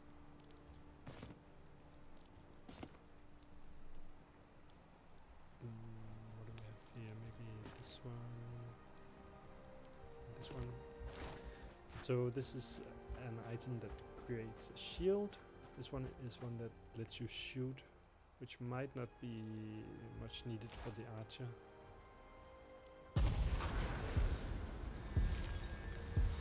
Some that you can just leave idle if your attention shifts. Yeah. Do you play a lot of cozy games? Because last week, as I covered another game, it was a really cozy winter game, which I absolutely enjoyed as well. I played it through till the end. It's a perfect kind of winter or Christmas holiday game, where you're a mouse who returns to your little home during winter, and you have to kind of gather firewood and create. You sit down in your chair and you sit knitting some clothes, so you can kind of stand the winter cold. It's just a really cute little game. Okay, Archer. Of course has a ranged attack. That's pretty standard. And then I only played a little bit of Archer, but you can charge your arrow, and the longer you charge it for, the more damage it's gonna deal. The shot also knocks back and slows targets, so in PvP that's of course really handy to get away from the melee characters. I don't think you need to fully charge it to slow, right? So let me just try and shoot it for a little bit. Yeah, still slows.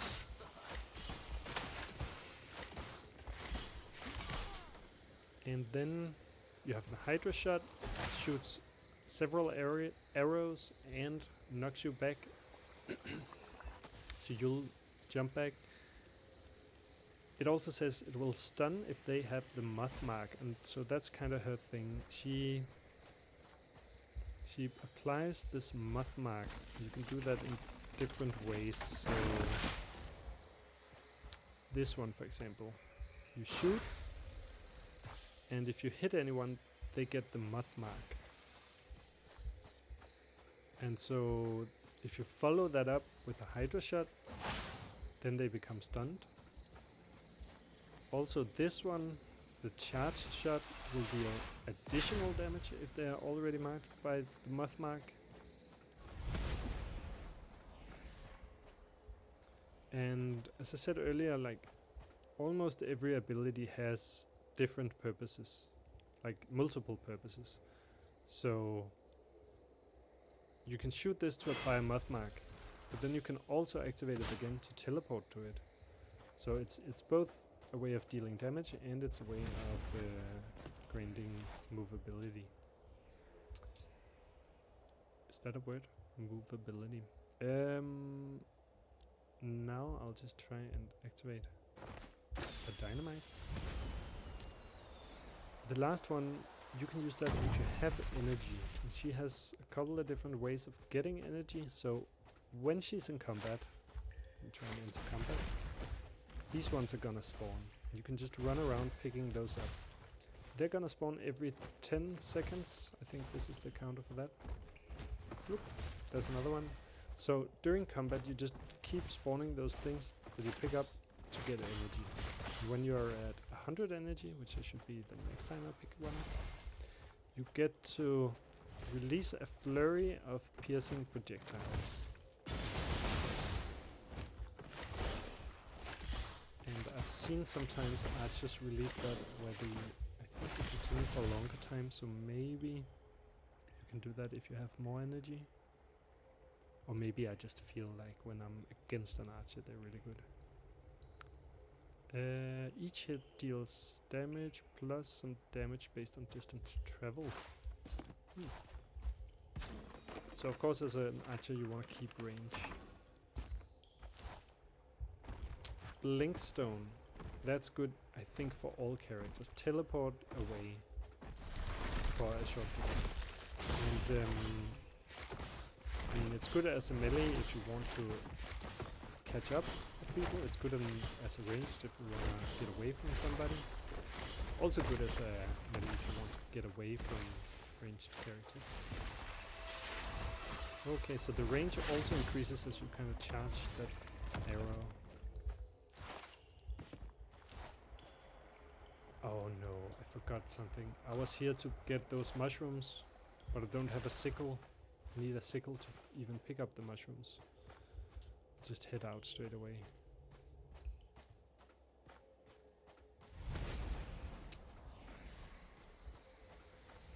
Try and see if I can just extract straight away. I wonder if... No, you're not really able to teleport forwards. You can teleport to that moth, but it doesn't really travel much faster than you do by feet anyway, so...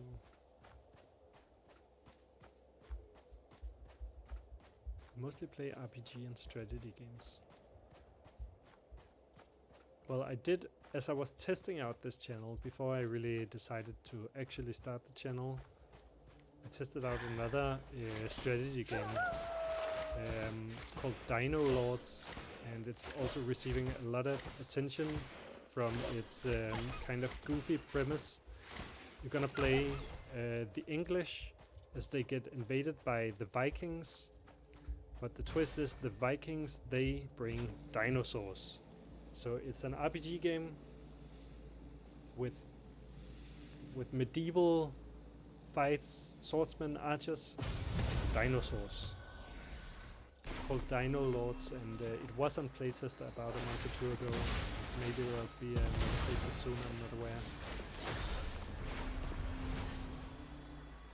But it also has a quite nice premise. It's trying to recreate that kind of Warcraft style where you have a hero that's quite central.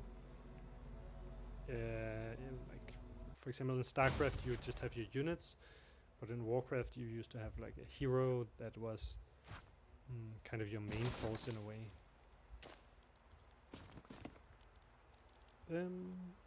Let's see, what do I do with this? I think I sell all this. Oh wait, what did I need? I needed a sickle.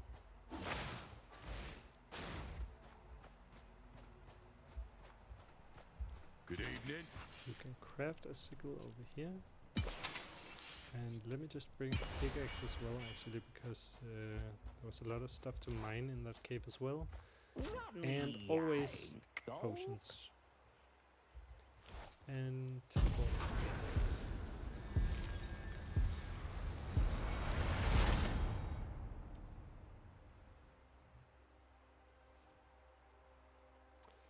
I don't know if I'm gonna be able to cover all the characters because I'm also getting hungry and it's lunchtime and all that, but I wanna cover like the Sparkwing and the Druid.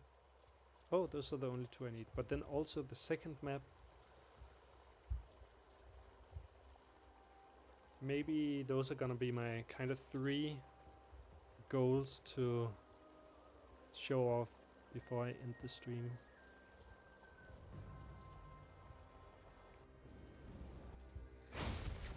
Okay, I think this is a quite nice spawn point, quite close to the elemental cave. I didn't bring, oh my god, I didn't bring the dynamite. Gonna go out again.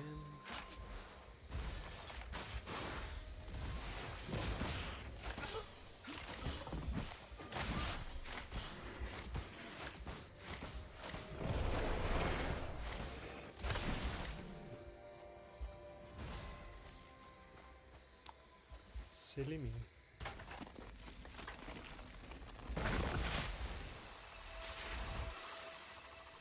How do you cancel a shot once you've loaded it? Okay, you can kind of just continue and that doesn't trigger the cooldown, but what if you...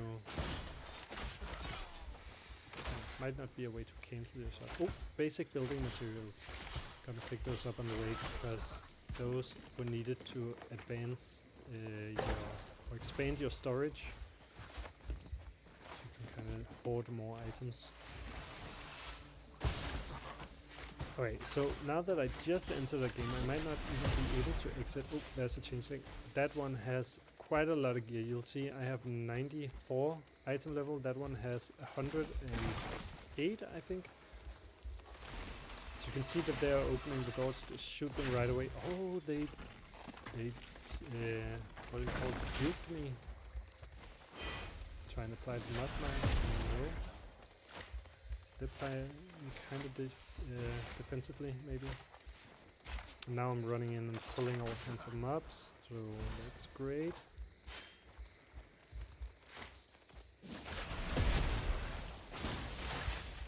Holy shit. Okay, I gotta get out. That was very close.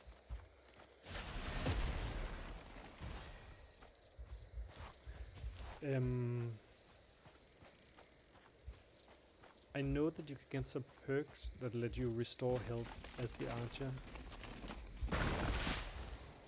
that just require you to level up the character a little bit. I'll activate this, see if I can get out before they track me down. They're already here. Activate a bandage.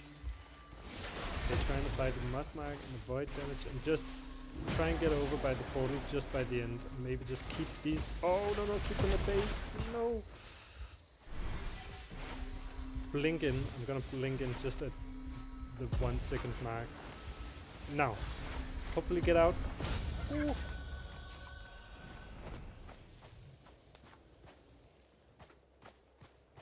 That wasn't very brave of me, but when you see someone who has 14 eye level more than you, I think that means they have about 14 percent stats more than you. You don't know if they've spent it on health or damage, but it also means they have some of those items that kind of create synergies.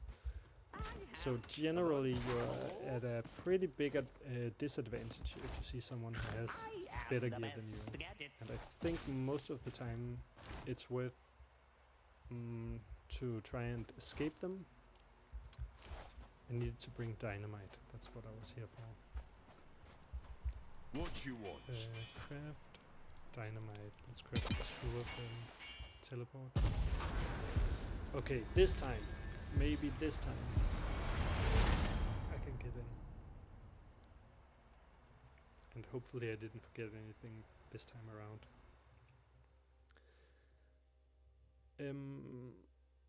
Of course you also have a lot to win if you beat someone with better gear than you, because then you get all their gear.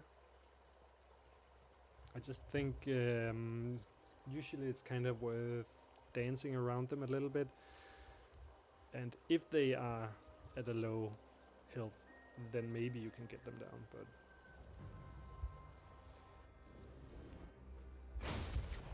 okay, spawn quite a distance away.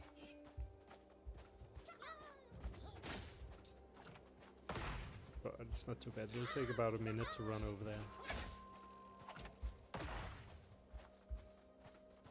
And pulling all the mobs like this is not the greatest. Usually they will not follow for long, but as long as you're not encountering another player at the same time, or encountering these walls which are blocking you off. Okay, there they go. Let's get down the wolf. Check out this loot box. So I keep picking up this linen cloth just because it's what makes bandages. Ah, damn it, I went in here without bandages this time. I like to always bring bandages and healing potions. Because no matter what, you're gonna lose health. There's not really a way around that.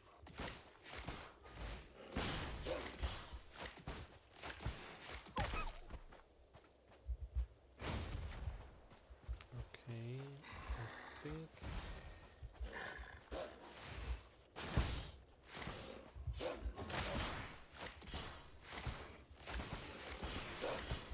So actually, the reason why I like the Barbarian is that I think the Barbarian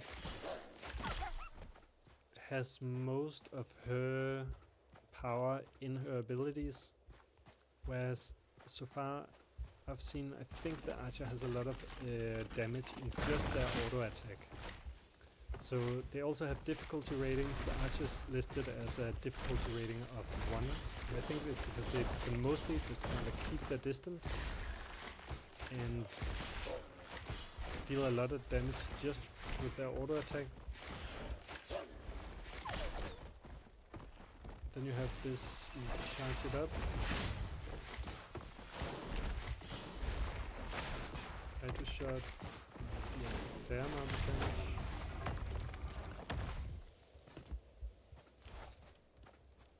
And then what? Soaring strike. You get immune. Oh, place explosive. Time to place the explosive. Soaring strike. Immune for 1 second while launching a moth in a straight line. The dynamite.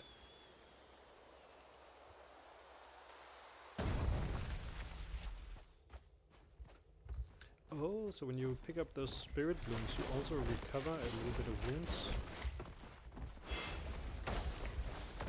So that's the muff mark, so now this should deal extra amount of damage.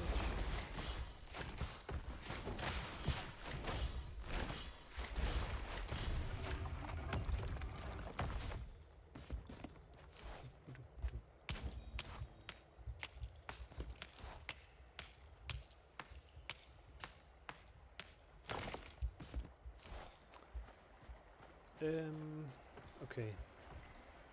What was I doing? I was trying to get those mushrooms. Is really what I want to be doing.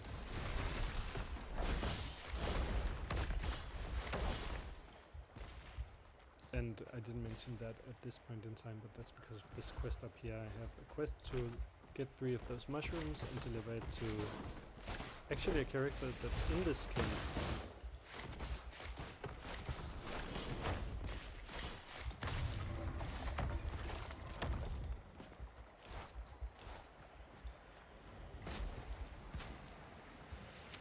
Better grab as much of this volatile rift energy as I can on the way, because that's needed for the vault bombs, which seem to be a really nice place to get a lot of gold.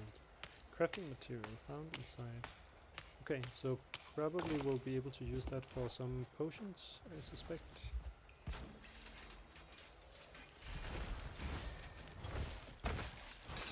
I wanted to loot, but maybe it was not worth it. Damn it. Okay, and I'm used to playing the barbarian, which can regenerate a lot of health during combat with one of their abilities. I seem to actually also be generating a fair amount. Do I generate health every time I shoot? Or is it just passive? So when you pick these up, you generate a little bit, but...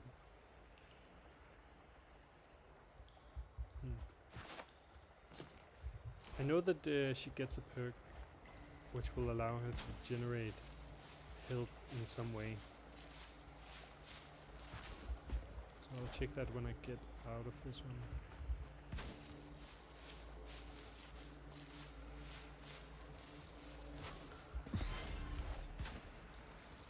So sometimes this game is also quite chill, you just hang around a bit. But there's always that looming danger of somebody else stepping into the territory. Oh shit. And of course all the mobs dealing a bunch of damage. I should maybe just take oh, I didn't bring any bandages.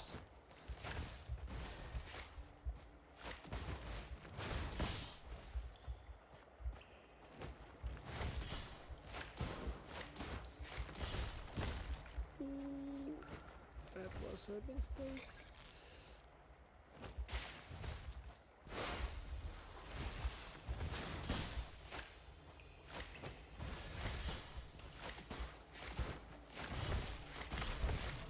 Alright, just keep moving.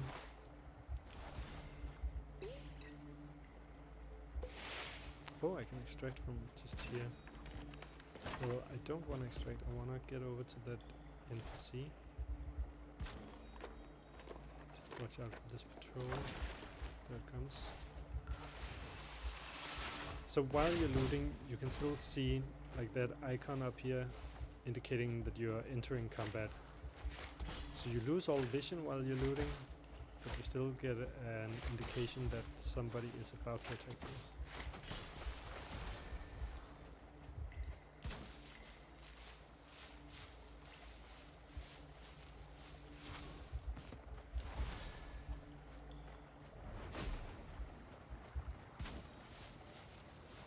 Heading over to this question mark.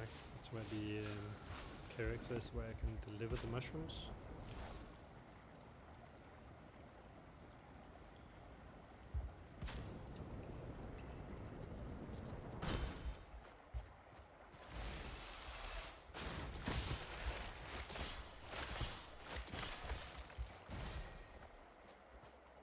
There it is.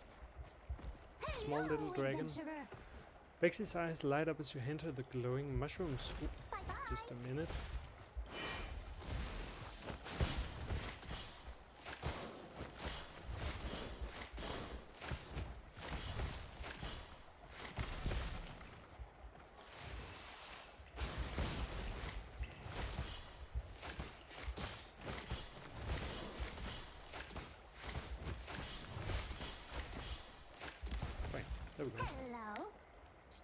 These are beautiful. They're practically humming with latent energy. I've never seen a reaction like this before. So, one step closer to unlocking the alchemy cauldron. Getting some good healing potions. And then, I don't want to be a bother, but your camp sounds... it sounds like the kind of place where discoveries are happening all the time. If you'd be willing to let me take along, I could help. I could keep researching. I promise I'm quiet mostly and I make excellent potions.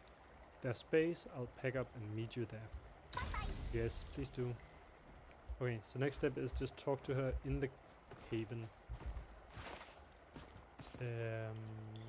That's a bandage, I want that.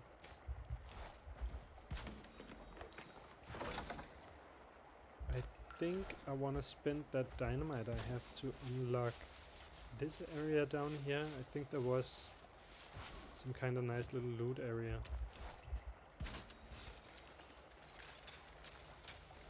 But also the timer is running out. Still have quite a bit of time, but... So right now there's also a bug, so if you wanna... If your inventory is full, I have iron, I want to loot iron, I can't, I have to drag it in. So it's just a small little thing during the playtest, that's why I keep doing it like that. Brittle wall, use the dynamite. Doesn't look like there's a lot in there. Can I spend the moth to... No. So you can teleport with the moth and you can get through some... I think you could get through this area, for example. Only one? Okay, maybe that wasn't really worth it.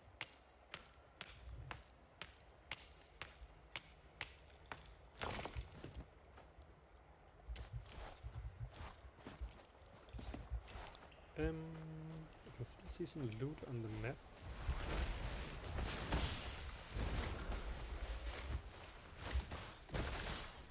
Oh my god, I just went straight into combat, lost half my health just from being kind of getting too relaxed. In this cave it's like not a lot of stuff going on, you have your time, and then I just end up getting relaxed and killing myself off the enemies.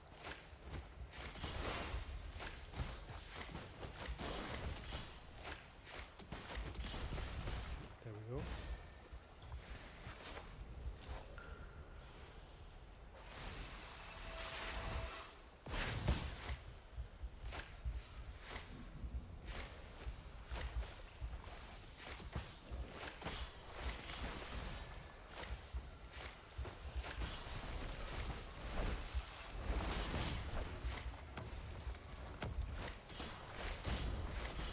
Extraction portal triggered, so that's someone else who's getting ready to extract. So if you look at the map, then you'll see right here someone is exiting the map. Oh, this one can also have pretty good loot. Actually, there's a lot of good loot inside this cave. Maybe I'll just spend all the time grabbing... Oh wait, actually at 5 minutes, at the 5-minute mark, the circle is gonna start closing in on the area, and then this extraction portal will of course not be available for long. You've been desynchronized from the other players. I've seen that error before. Usually it goes away after a short amount of time. There we go.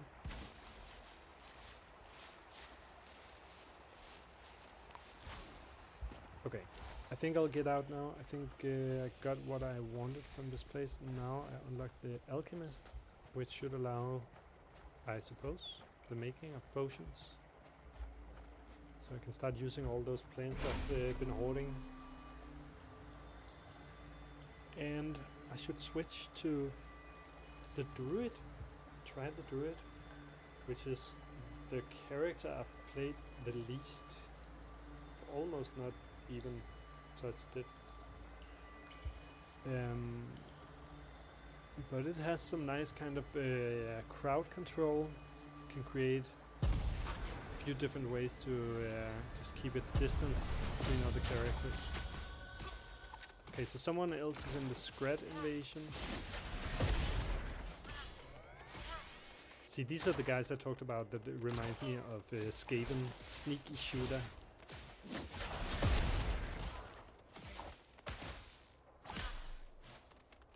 Alright, let's return.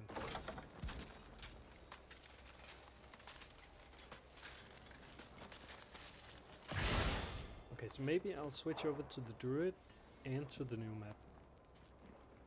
And that's gonna go horribly because I haven't played the Druid, so I don't really know how it works, and I haven't played very much in the new map, so I don't know those mobs very well at all.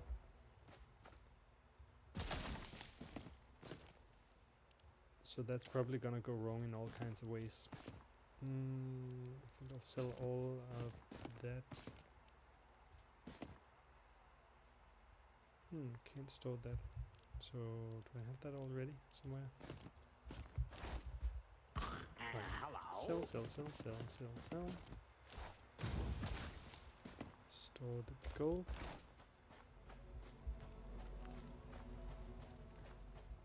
Just make sure to If it's bring not broken, you hardly 3 need help. bandages.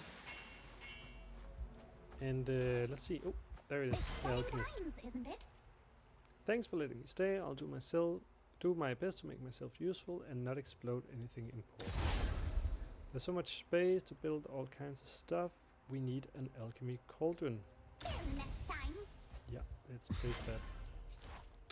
Oh no. I need more building materials. But I can still world is full of wonder. hand something in. This will be my mixing table. It's gonna be brilliant. Milloween has agreed for me to stay and help out, but I've always been an explorer and a tinkerer. I want to experiment with new medical plants and creatures. Maybe if you can bring me new exciting plants, it would work out for everyone. Could you head out and investigate? You will likely need herbsicle, stormleaf, river bloom.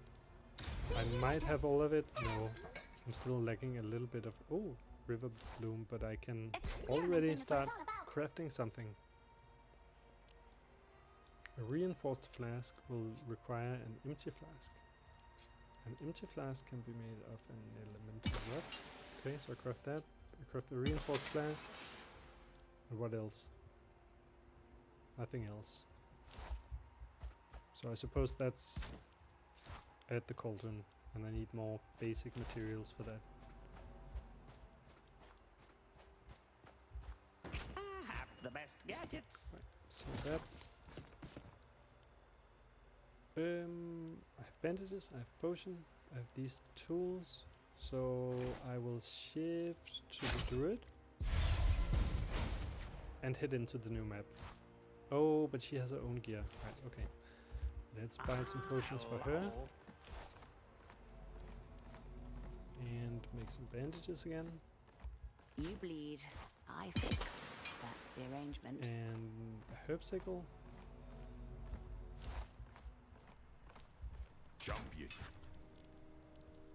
And then try and enter the new map. So that's the artifact refinery, which is gonna be a Scrat kind of place. So the Scrats only had like a small area of the Wolfswood. But artifact refinery, it is madness. The Scrats have started scavenging magical relics from the Dragon Vault. Not to wield them, they cannot use magic, but to grind them into magical dust, mixing it into their volatile fuel. There are rumors of a new magically charged super fuel, one capable of powering their colossal titans. City-sized war machines built for destruction. If they succeed, no realm will be safe. And that's down here in the Scratlands. So we'll teleport there by the power of the ley line. It actually has an arrow. I wonder if it has something new for me to do.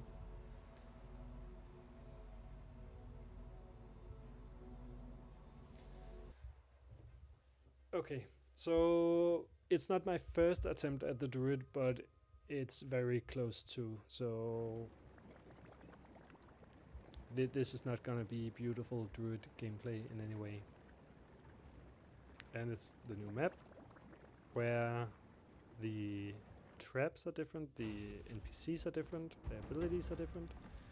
So I'll just spend a short while. So of course she's a ranged character, so she can shoot like that. She has like a passive. Every 6 seconds, Lumiric's basic attacks spawn a shooty flower that lasts for 8 seconds. Doesn't seem to be happening right now, so maybe that's during combat.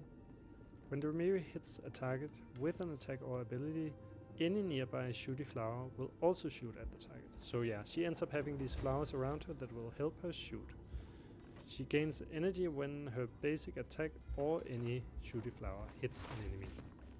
Let's try and find a simple enemy. Usually the enemies are quite easy in the first little spawn area. Oh, so those mushrooms I was looking for in the cave that I needed to break into are actually just freely available here. Okay, so there's a shooty flower. It attacks for me. It looks like it didn't hit. Maybe it's at too far of a distance. Let's see if this one does. Doesn't seem to be attacking before I do. And then it died pretty quickly. Okay, but that one is certainly attacking. So they seem to just be maybe small kind of helpers. I did see someone say that if you spend all of your gear on increasing this character's attack damage rather than ability power, then those flowers end up doing a lot of damage. So what I'm talking about here is that you can have gear that gives you health, or attack damage, or ability power. And I saw someone say that if you stack all your gear in attack damage, that actually increases the shooty flowers attack damage, and they end up being very powerful. Okay, let's take next ability. The Miri unleashes a wave that knocks back enemies. 10-second cooldown, but only after a while. So the Miri and any allies hit gain health. Okay, so she can kind of buff her allies by shooting her allies with this wave. Okay, so she can gain a shield every 10 seconds. So in a PvP fight, I guess you would want to activate that. Maybe you just want to do it all the time. Or if you can wait until there's a certain moment.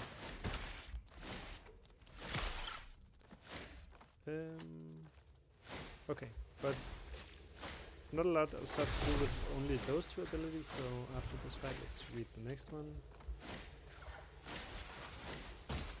Of course I pull some more, now I'm just gonna press some buttons. She has a wall, I think, yeah, that one.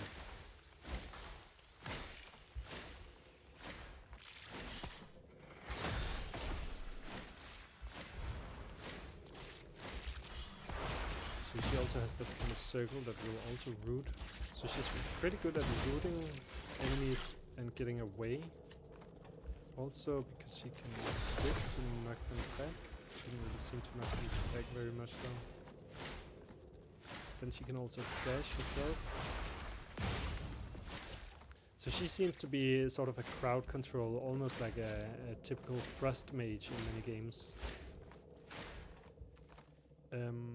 Let's see this one. Root cage. Create an area that roots enemies for 1.5 seconds and deal magical damage.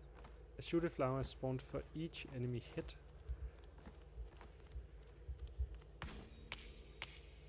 It's also a new type of thing to mine here. Okay, but then she can respend. Well, she can spend 100 energy to recast it once, triggering a second root. Let's try that. I have 100 energy, so there was an enemy down here. Cast it. Recast it. I'm not sure they were really affected by that last second one.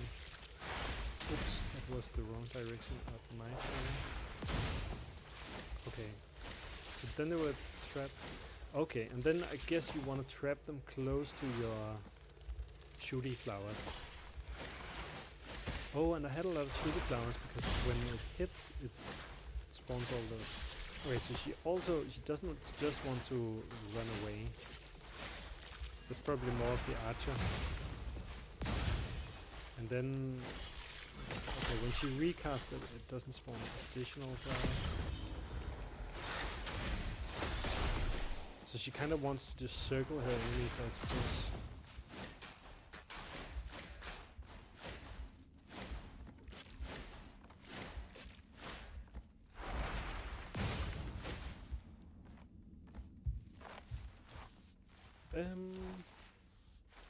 Okay, and the last one. Wait, not the last one, but she can. Okay, so when she does this teleport, she can also recast it to release an explosion. And the last one is a bramble wall. For 8 seconds, enemies walking through it take damage and are rooted. So if I make it here, it should last for 8 seconds. I pull that spider. When it walks in, it gets rooted. So that's quite a long time to have such a wall when you fight other characters. Hey Freddy, you're back after lunch. You got back. Oh well, you got to the second map. Yes, I did. So I don't even know what I'm doing at the second map. I'm just kind of checking out the druid and just checking out the map. I'm not on any kind of mission. Although I did get a mission, didn't I? Deliver Emberstone and Elementium. Oh yeah, so I should be on the lookout for stuff to mine while I'm here.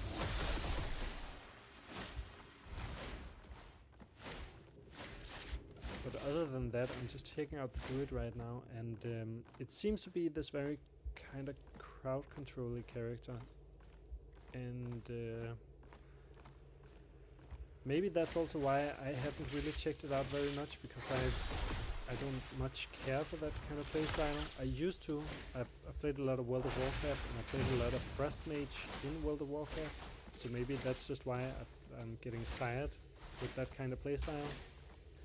But it's definitely a fun playstyle, and it's super annoying to play against. And if you do it well, it's super rewarding to just keep your enemies in your control. I guess you could also. You can also make the wall on a side like this, and then you'd have your enemies slowed for a long time as they have to run through all of the wall. But actually this is the character I've encountered the least during this playtest. Half a year ago I played it, and she was definitely the most powerful character, so everybody played her. This playtest, I almost haven't seen the druid. And maybe that's because people tend to play just powerful characters. I'm not sure. Oh, that was the Elementium.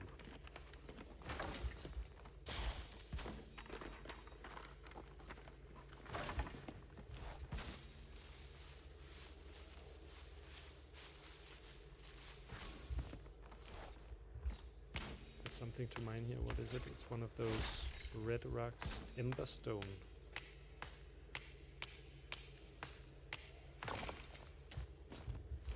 Okay, this seems to be a little bit of a dead-end cavern. I'll just clear it out and then head somewhere into the middle of the map. I think in this second map there's a lot of stuff going on in the middle. And like I said for the first map, there's just a lot of different areas. Every area has its kind of own little type of enemy and different challenges. So for this map, I'm down here in the skull cavern right now. Gas from a poisonous container. Yeah, so now all this area is covered in poisonous gas, which will damage you over time. And then you can get an item, a gas mask, that will prevent that.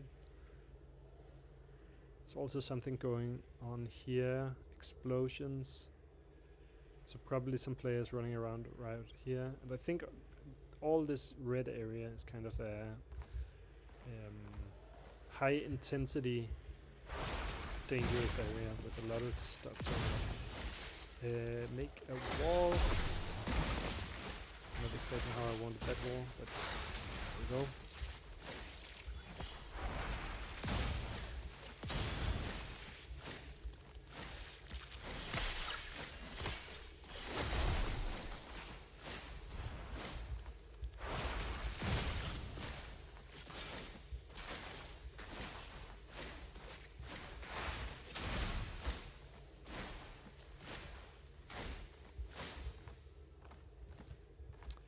Okay, Freddy, now that I have you here, you know the second map. Is there anything worth highlighting on the second map that I should really... well, everything is worth highlighting, of course, but is there anything in particular that we should show off? Anything you worked on that you're particularly proud of? Because I am going to be ending this stream soon. I've been sitting here for 4 hours and I'm also getting hungry and ready for lunch. I'm about to say Whatewood again, but let me pronounce your name correctly. Wait, what?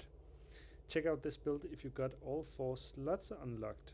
Extended floral finesse, rejuve dash, chlorophyll, flowery shields. Okay, so of course that's the thing you get. Can you even see your perks while you're in here? C? No. J? I? No, I don't think you can see perks while you're in game. But I have 2 perks. Well, are they? No. Maybe I have 0 perks on the druid.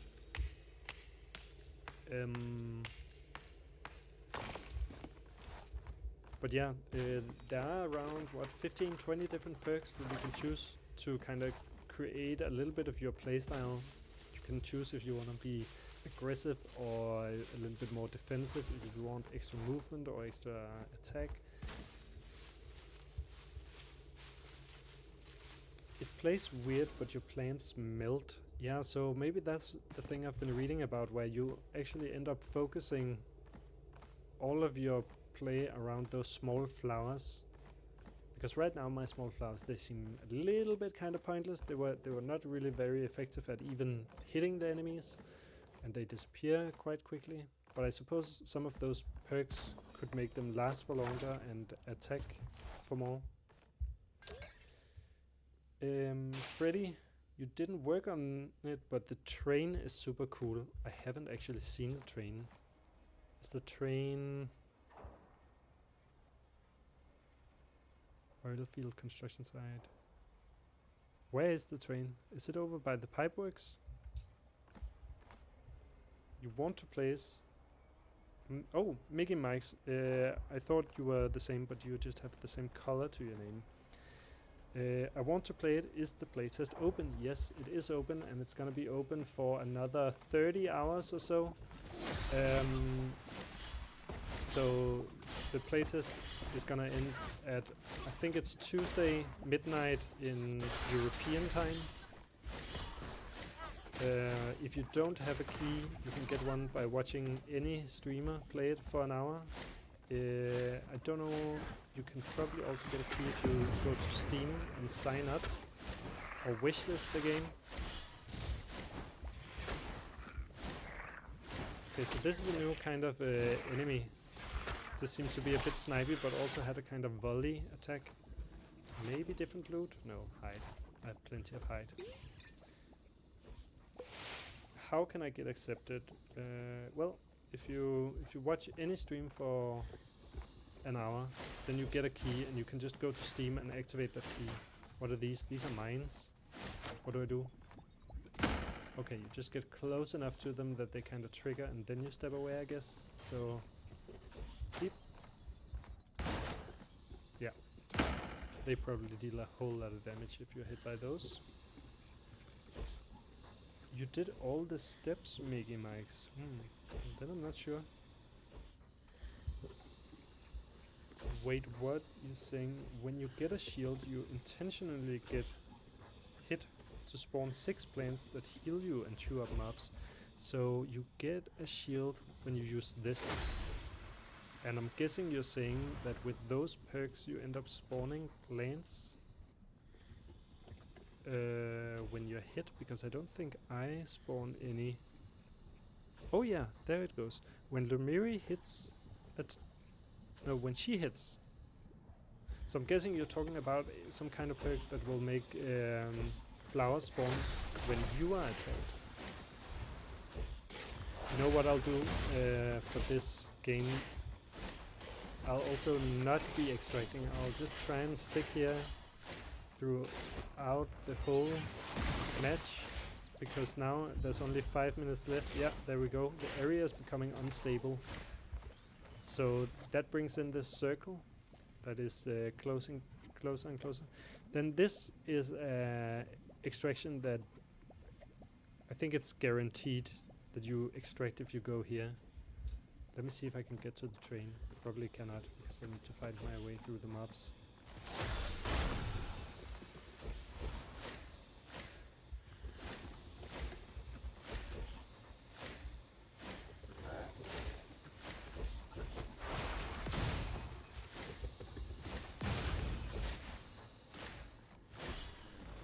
So the druid doesn't seem to be doing a lot of damage with her auto attack, I think. So she must be needing ways to find ways to spawn those flowers. And then if you can sort of boost the flowers, then they end up doing all the damage. What was this? Rock muncher meat can be used at a cooking pot. I haven't seen any cooking pots yet. You've got 2 ways to get a shield with your Q and every 4th cast.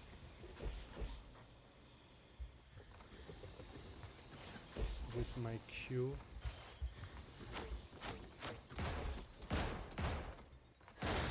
So my Q, that's...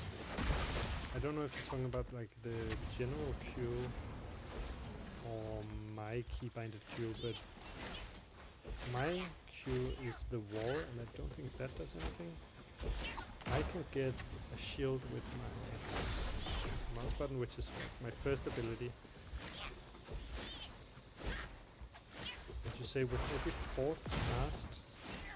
I think that must also be a perk. Oh, that was a big explosion.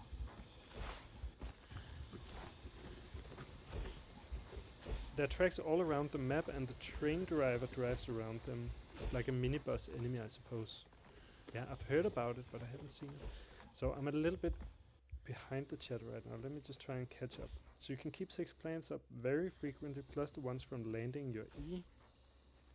Was that a murloc? Oh, must be the rock munchers. Those are like small little rocky creatures with 2 legs.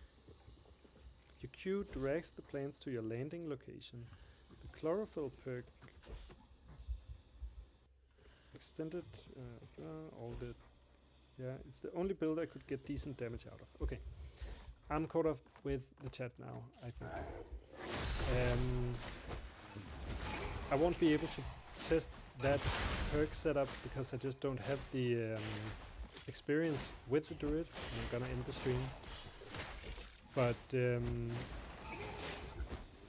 think every character probably has some different ways to build their setup, and I think they can also kind of tailor to your playstyle.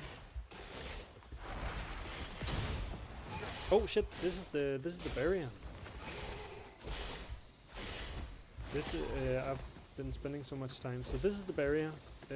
Won't be able to get to the train. So if you want to see the train, go play the game and see if you can make it in time. Oh, I can't get in here. Oh, open. Actually, what happens when you go to this? Do you just lose health? Yeah, that's what happens. You lose health. If there are other players still in the game, they would... Oh shit, what's this? 80,000 health Soul Devourer. And a lot of damage. Wait, this circle is not closing anymore, is it? But I'm... yeah. Good luck. The health you lose scales over time. Yeah. Okay. I think that's gonna be it for this stream. So that was Vaultbreakers in 4 hours, and of course I've been playing it a lot, like during the weekend before. So at the beginning of the stream, I started out already having completed a lot of quests and the tutorial and all that. But this is how the game plays. Is there any last things I wanna mention? As soon as I close the stream, I'm gonna think of something and that I haven't mentioned. Yeah, and for the... I can't even see the perks that you talked about with the druid, because I don't have the experience to look at that. I am just gonna put away the game and put up the schedule for this stream. Because this channel, I am streaming a different game each week. I'm just doing one stream a week. It's every Monday at 9 a.m. Central European Time. I should probably add that to this schedule. It doesn't say a.m., but it's always Monday morning European Time. I play a different game every week. I try to get developers on board because I am a game developer myself, so I go to a lot of events with other game developers. I know a lot of games that are in development, and the developers are usually quite keen on just talking about their game, showing it off. So I usually get to have a developer in either the text chat or the voice chat. I don't have any agreements on a game next week. I'm hoping to do Tempest Rising, which is a strategy game, a real-time strategy game, like top-down, control an army, build some buildings, and destroy another army that's trying to do the same. But very much inspired by Red Alert, I think. It actually, at least the game looks very much like Red Alert. So I'm gonna try and see if I can reach any of the developers of that game and hopefully cover that one. Then I'm gonna go on Christmas holiday, and then I don't know what I'll do after that, but there are so many games that are worth covering. I think that's all I wanted to say. Thank you for Miss Lady J for hanging out in the chat. Thank you to Freddy for hanging out in the chat. Yes, see you in game. I'll try and find you and team up with you, not destroy you. Can't wait to tune into the next stream. Well, I can't say yet that it's gonna be Tempest Rising. I guess if I don't find any developers to hang around with, I might just do Tempest Rising on my own, because I'm really looking forward to playing the game. I already bought it, but I only played it 20 minutes, and it came out, March or something. And if I can't find anyone from Tempest Rising, maybe I'll just cover any other game where I can find developers. But yeah, that's gonna be it. Hope to see you